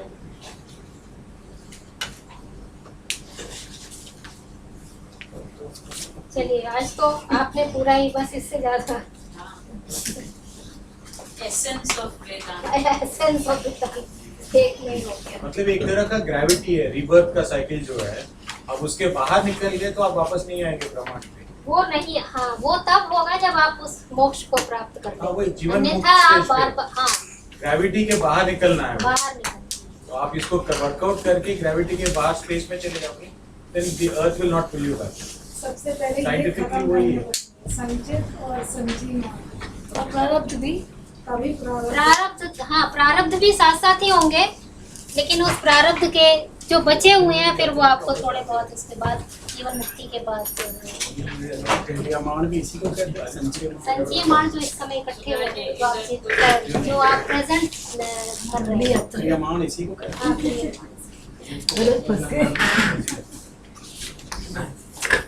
हाँ जी, हाँ जी। अच्छे कर्म किए इसके क्लास में, तो प्रारब्ध है और ये ज्ञान है। हमारे ज्ञान, ये ज्ञान की प्राप्ति है। नहीं, नहीं। सर भी कुछ हाँ, कहिए। हैं। संसार में जीवन का एक मॉडल की कल्पना की और इसका सत्यापन कैसे हुआ? क्या मतलब है आप? सत्यापन आप कैसे करें कि ये जो आपका मॉडल है वो सही है? इसका सत्यापन कैसे करें? स्वतः प्रमाण, इसके लिए तो केवल मात्र अनुभव है। सेल्फ और वैलिडेशन। किसका अनुमान है? नहीं, वो रस्सी वाला एग्जाम्पल है ना। नहीं नहीं नहीं नहीं, रस्सी वाला नहीं है। जब तक प्रकाश नहीं लेकिन डायरेक्ट एक्सपीरियंस वाली बात है। इसमें कोई नहीं कर सेकेंडरी सकता। एक्सपीरियंस से you can't Nobody can experience it. validate it for the It's like इसको आप, जिसने इसको शब्दों द्वारा नहीं आप अभिव्यक्त कर सकते, शब्दों द्वारा आप नहीं कर सकते। श्रुति प्रमाण इसीलिए श्रुति ने ऐसा कहा। अंत में जाके हम वही रुक जाते हैं, श्रुति पर जाके, क्योंकि ना प्रत्यक्ष उसको सिद्ध कर सकता है, ना अनुमान, ना उपमान, कोई प्रमाण सिद्ध नहीं कर सकता। शब्द, तो फिर आस्तिक पे आ जाते हैं। केवल मात्र शब्द, अगर श्रद्धा वापस है आस्तिक, ढूंढना, आप उसको बिलीव करना पड़ेगा। उसको बिलीव करना ही पड़ेगा कि शास्त्र में ऐसा कहा है, इसलिए हम मानते हैं। चांद में लिखा है इसलिए सही है। शब्द प्रमाण शब्द प्रमाण, और सबसे बड़ा प्रमाण है। Oral testimony of an expert. नहीं, अब that I can question. No, but that That I expert can is not question. an ordinary expert like us. हाँ, इसीलिए तो शब्द प्रमाण को पौरुषेय और अपौरुषेय 2 भागों में बांटा है ना। हाँ, जो अपौरुषेय प्रमाण है वो अंतिम प्रमाण है। पौरुषेय तो history also that. और वेदांत ने तो पहले ही जो बता दिया ना, उपनिषद प्रमाण। हाँ। वेदांत तो नाम उपनिषद प्रमाण। उपनिषद Validity में उपनिषद से हो रही। Like our constitution. हम We the people believe it is the constitution and we have given it to ourselves. अगर आप उसको question करोगे, every institution collapses. So we have to work under the framework of the constitution. Right? So if you question it, like Naxalites question it, jihadis question it, then they are questioning it. उनका अपना तो वो मत अलग है, वो चारवाक या फिर जो भी होंगे, जैन या बौद्ध होंगे। अब उसका लीगल माइंड, इन्होंने पेपर भी यही प्रेजेंट किया, कॉन्स्टिट्यूशन को प्रमाण। सही वही पर ये सब बनाना है बस।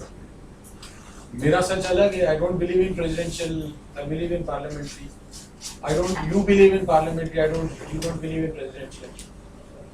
But still we all have to work under the But because umbrella. we finally accept constitution and the mandate. So constitution के amend करने के भी तरीके हैं। यहाँ पे वो amendment का scope नहीं है। यहाँ तो नहीं, यहाँ नहीं। यहाँ तो परम क्योंकि वो this we have given to ourselves, so we can correct it. The power to give the incidental to take it away. अच्छा, हाँ। आज मुझे एक सूचना देनी है। आज बिमली जी नहीं आ पा रहे हैं, उनकी तो तबीयत पिछले हफ्ते से ही खराब है। रामनाथ जी को भी रिक्वेस्ट किया था, नहीं आ सके हैं। तो अगर आप लोग चाहेंगे तो अभी 10 मिनट के ब्रेक के बाद मैं 1 घंटा थोड़ा इंट्रोडक्शन दे सकती हूँ सांख्य का। बाकी क्लास आपकी आज के बदले फिर बिमली जी बाद में लेंगे, और नहीं तो आप लोग जैसा आप बाहर बहुत गर्मी है।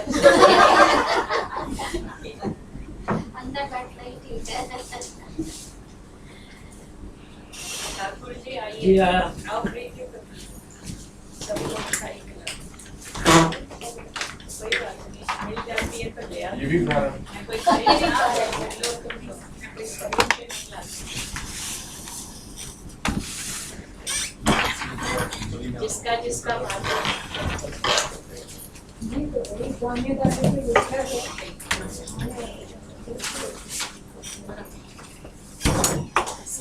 आप किस परिवार में आपका जन्म हो रहा है? ठाकुर जी, आज वो ₹2 वाली मैडम नहीं आई है। आज वो नहीं आई है, वो अन्नपूर्णा एक जी नहीं आया। अन्नपूर्णा जी नहीं है। लिमिटेड चाय है मेरे पास। उस समय तो उनके पास तो अनलिमिटेड होती है।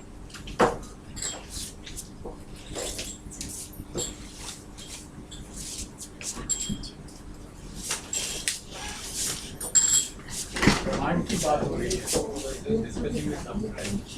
हिस्ट्री का क्या प्रमाण है, क्या क्या डॉक्यूमेंट्स या किस बेसिस पे हम इसको हिस्ट्री मानेंगे और किस बेसिस पे इसको माइथोलॉजी मानेंगे। उस बात पे मैं दोस्तों से चर्चा कर रहा था, क्योंकि अकबर और जहांगीर और औरंगजेब और बाबर को आप हिस्ट्री मानने के लिए तैयार हो, राम और कृष्ण को हिस्ट्री मानने के लिए तैयार नहीं।